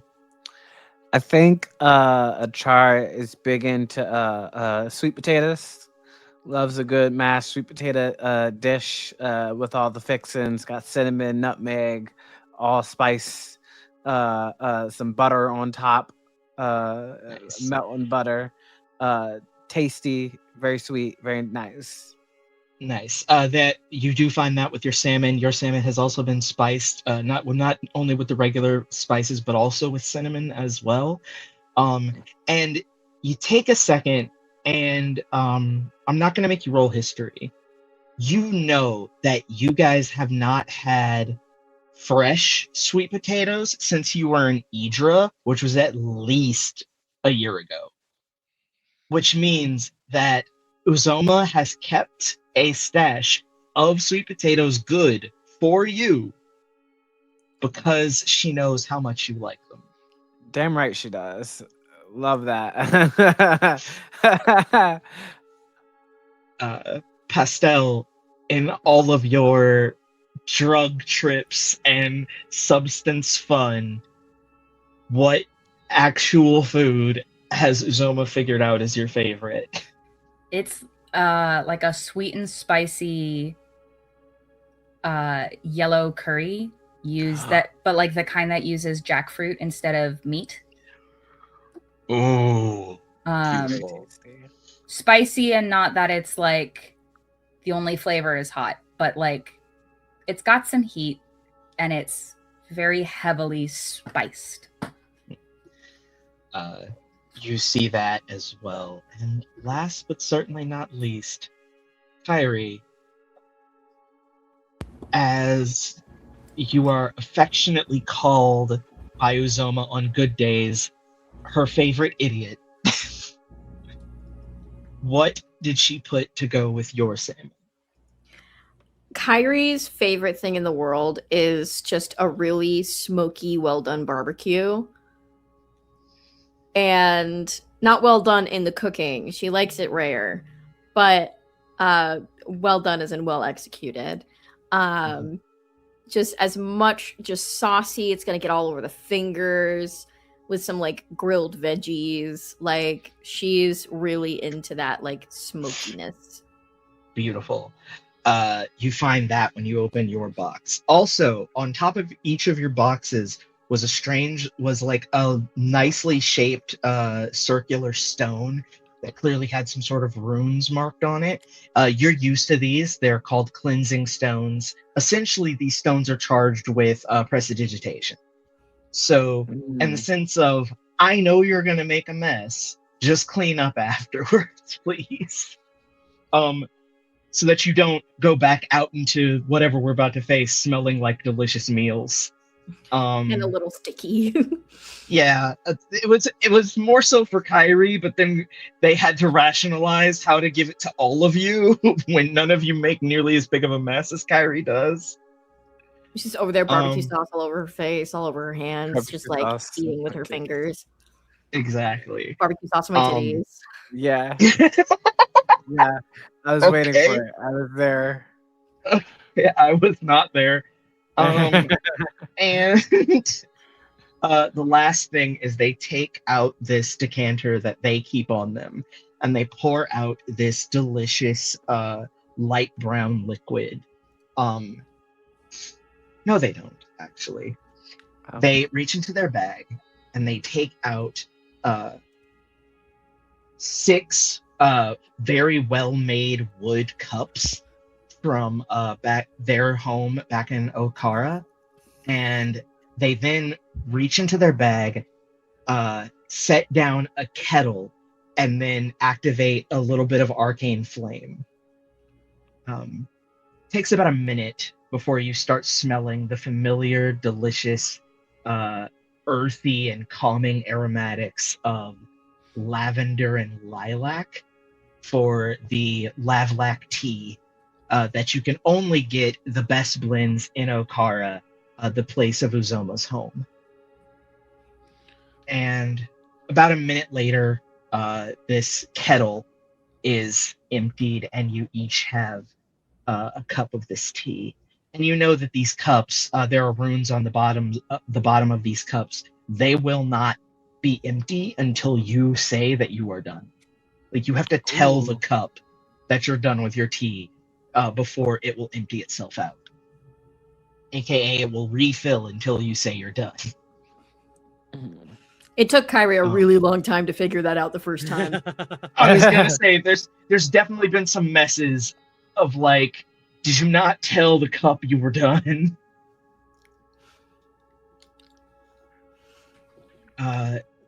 Yeah, and you all sit in this dark stone place, this sort of like entrance room, or do you go further as you're eating? It's entirely up to you. The concern is, would this derail our trip through the desert, right? Uzoma will look at you and say, I know we all just healed in a sense of we're no longer wounded, but we should still eat something. So Uzoma looks at all of you and says, finding this place is a good sign. Supposedly, the southern end of the Ganzet Mountains is only 2 days north of these first ruins. We won't get there before Sister's Rest. We might get there before it gets bad. So let's each take 10 to 15 minutes, get some food in our bellies, and then get moving. Okay. Above table, would this count as a short rest? Yes, it would. Perfect. Hudson is going to throughout this keep playing on his flute in between mouthfuls of food, I suppose, and play a rocky little tune reminiscent of or from the Between Nothings that we've seen in a gig of a couple of times. So that will be a bolstering performance. So all of you, including Uzoma, will get 21 temp HP. Ooh. Hey, that's what we like to see. Thank you. And because and also you thanks for the offered Between Nothings reference. You're welcome. Because you offered it, and I'm nothing if not curious as a human being. I think Achara will just naturally start during our 10-15 minute meal time, just wander around a little bit. So Achara, walking through here, the others being able to come catch up with you whenever they're done. As you go past the entrance chamber, you see a massive. You're inside a large sort of circular space. It looks like perhaps a coliseum or a theater. You're not entirely sure, but it's one that you can tell was made for not for creatures of your size to like sit in it, but for creatures of your size. There was involvement, but you can't entirely tell what just from this. And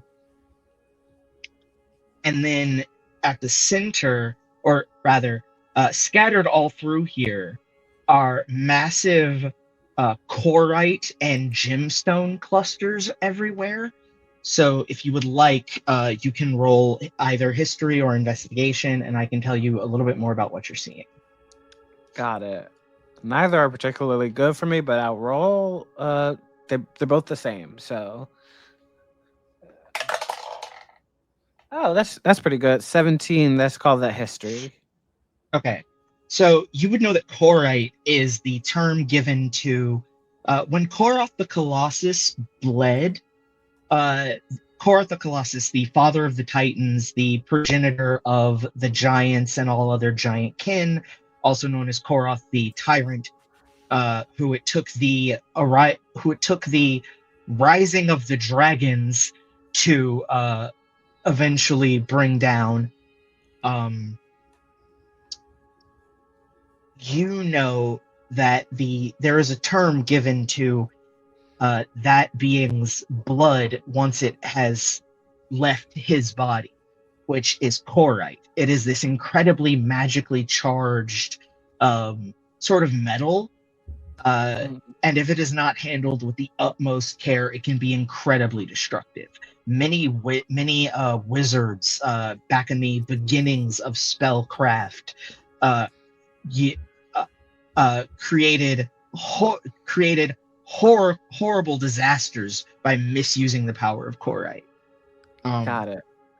I'm so glad you said that to me. Nowadays it's used for spell ink and other things like that, but again, it's handled incredibly delicately. Yeah, I was before you said that, I was really just going to take a chunk and give it to someone who can cast magic. But now I'm thinking maybe I think I'm going to call my companions over to see this. Nice. The gemstone crystals are what happens when titans bleed, and that hardens. So you're looking at ruby, sapphire, all different types of gemstones and crystal hardened together, black diamond, tiger's eye, just all different things. So what you know most, last thing. So what you know most is this is a place where not only a or more than one Titan, but also Koroth the Colossus bled. Got it. I'm not magically adept like the rest of you, so I just happen to know that this is something of extreme magical potency. So if someone would like it, you would just have to handle it with extreme care. You all would probably have more delicate hands than I.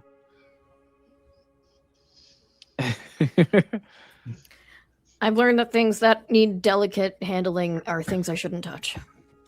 Same. Yeah, I can totally do that, babes. Me, just... I'm gonna take okay, wait. Would I know handling this at all? It's what's the fucking the stuff in Dynamite that just it blows up if you look at it wrong?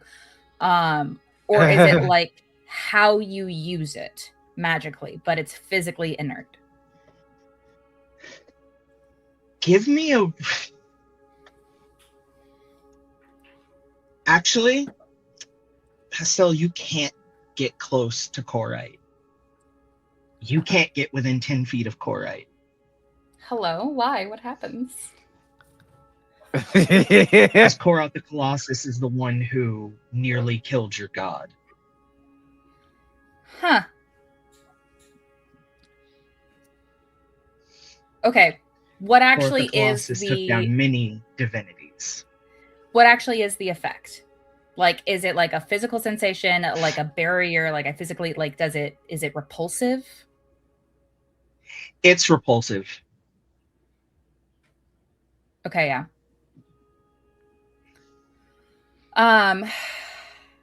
Pastel, all that happens still. Pastel's like, yeah, sure, babes, I got you. And starts to walk over and gets to that 10-foot mark and stops dead. And their teeth bare for a second. And for a flash, their season changes from spring to angry summer. And they take a step back. Never mind, I don't get that one. Are you okay? Oh, yeah, I'm fine, babes. That shit's nasty and not a vibe.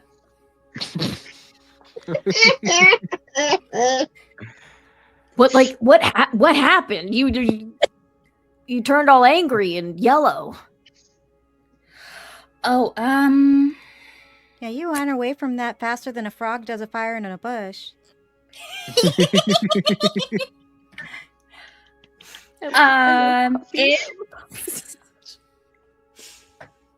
There's a history between my god and the Titan that made those. There's a history there. Mhm. Uh, I have a question, Amelia. Just thinking about these sort of gemstones and like the magic in the desert. Is there like a link to it? Is like are these gems why magic in the desert is so strong? Like it can. do you want to roll for it, or do you want me to give you like the I'll roll best, just for it. general? Okay. Are either nature or arcana. They're both the same, so let's have some fun. While this is happening, can I poke it with my staff?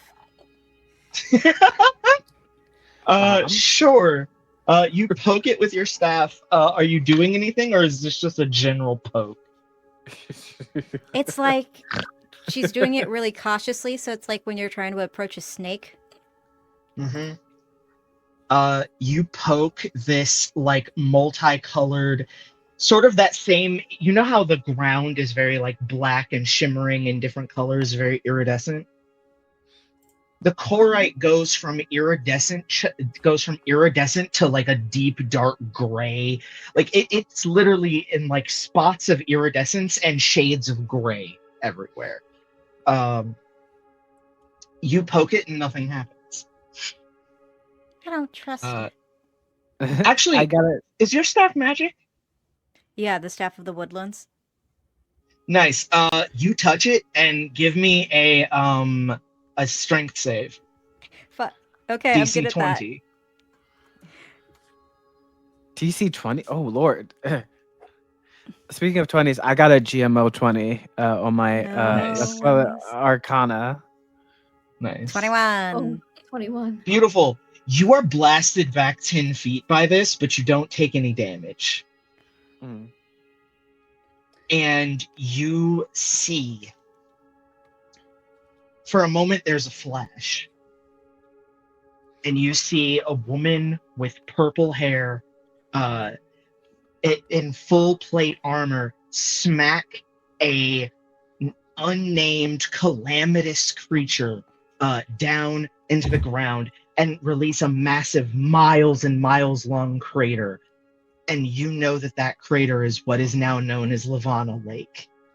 And then you see another being, gold resplendence but no clear features, strike down a woman with 6 arms, and as she falls and collapses, everything goes into a bit of a time lapse, and over this massive land where she has crashed, you see what comes to be the Kalea Mountains. And you realize that down by the foot of the creature who would later be the Kalea Mountains, as verdancy grows there, by that foot come these little swamp trees.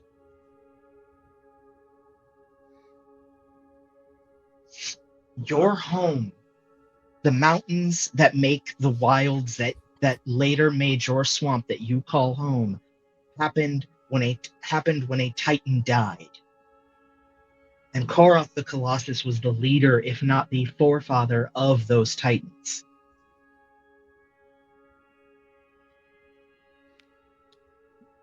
So what you're telling me is we should kill more titans. All the Titans are already dead. So we should resurrect a titan to kill. Okay, I'm kidding. You also see when this blood was spilled. And it is when a Skywalker giant, a sun giant, that is lovingly known as Skywalkers these days, cut one of the wrists of the 6-armed Koroth the Colossus in this place, refusing to worship their so-called progenitor anymore, and rallying giants to defend the mortals, because there was no goal or point in the tyranny of the Titans. It was simply just what Koroth wanted to do. And you're not sure how, but you know, maybe you read about her somewhere, but you know this giant's name. Her name is Dagny. She looks a lot like a Char.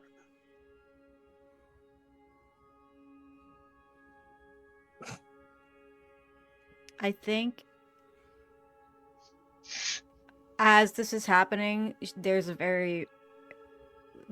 this stillness that goes over her as all of this is flashing through her vision, and there is like a slight tear that falls down her face because it hits her with a combination of homesickness and nostalgia and just awe of the beauty of everything that was created. Yeah. Look, Kyrie's like squaring up with the you gem, just look staring to the at it. center. You look to the center of this place, and you see a massive metallic thing just sitting in the middle of this place. But it's somewhat skeletal. It's like metal it's like the strongest and shiniest titanium any of you have ever seen, that's been encrusted with every gemstone and crystal imaginable. But you can still make out a little bit of bone structure. And in the center of this place, Cut Windagni, the first giantess, and a former general in the Titans' army, rebelled, is Koroth's pinky finger. This theater was a place of forced worship.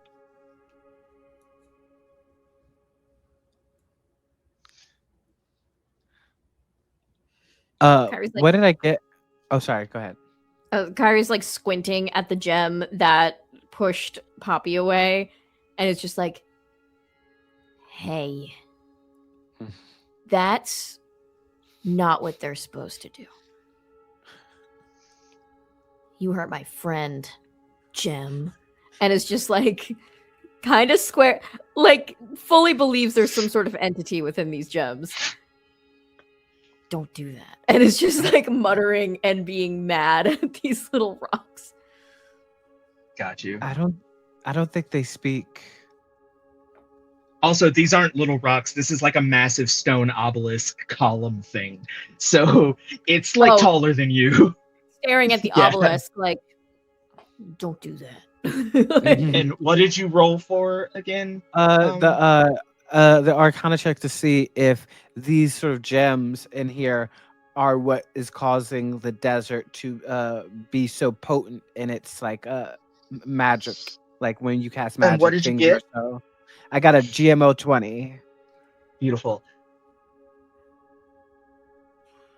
Is sources, things of innate magical power, especially depending on the amount, and Korite is what you would assume to be the most powerful. It may be having an effect, but it's not the cause. Got it. And I'm going to give you something a little more for that 20 that's a little bit different. Looking at all of these obelisks, you see away near that skeletal pinky, there's a mural or a relief behind it. And it is of a sun giant and a moon giant. The sun giant you have seen before. And you know that that's Dagny, the hero of one half of your species. Rather. Mhm. The other one you've seen before too. And that's a Kenya. Do you speak or read giant? Let me check. Languages. I do. You were told, while never knowing your family, the monks uh, did know, you never knew your family, but the monks did know things about you. And they had told you that you come from the progenitors, the first of your species, and those who first opposed and defeated Akenya in the first place. And you know that the person who defeated Akenya was Dagny, which you didn't know. And that this mural tells you, as this mural depicts the two of them in a loving embrace. They were the first giant and giantess, which means the blood of Dagny and the blood of Akenya both run it through your veins. Acharo sees that and just immediately goes, I don't think I like this place very much. Yeah, it's made two of us have to back up at least once. I don't like it. I think we need to go. We gotta keep going anyway. I'm so on board with leaving, babes. Let's go. It's so beautiful. As you all decide to leave, everything around you shakes. Not violently as though it will collapse, but very aggressive.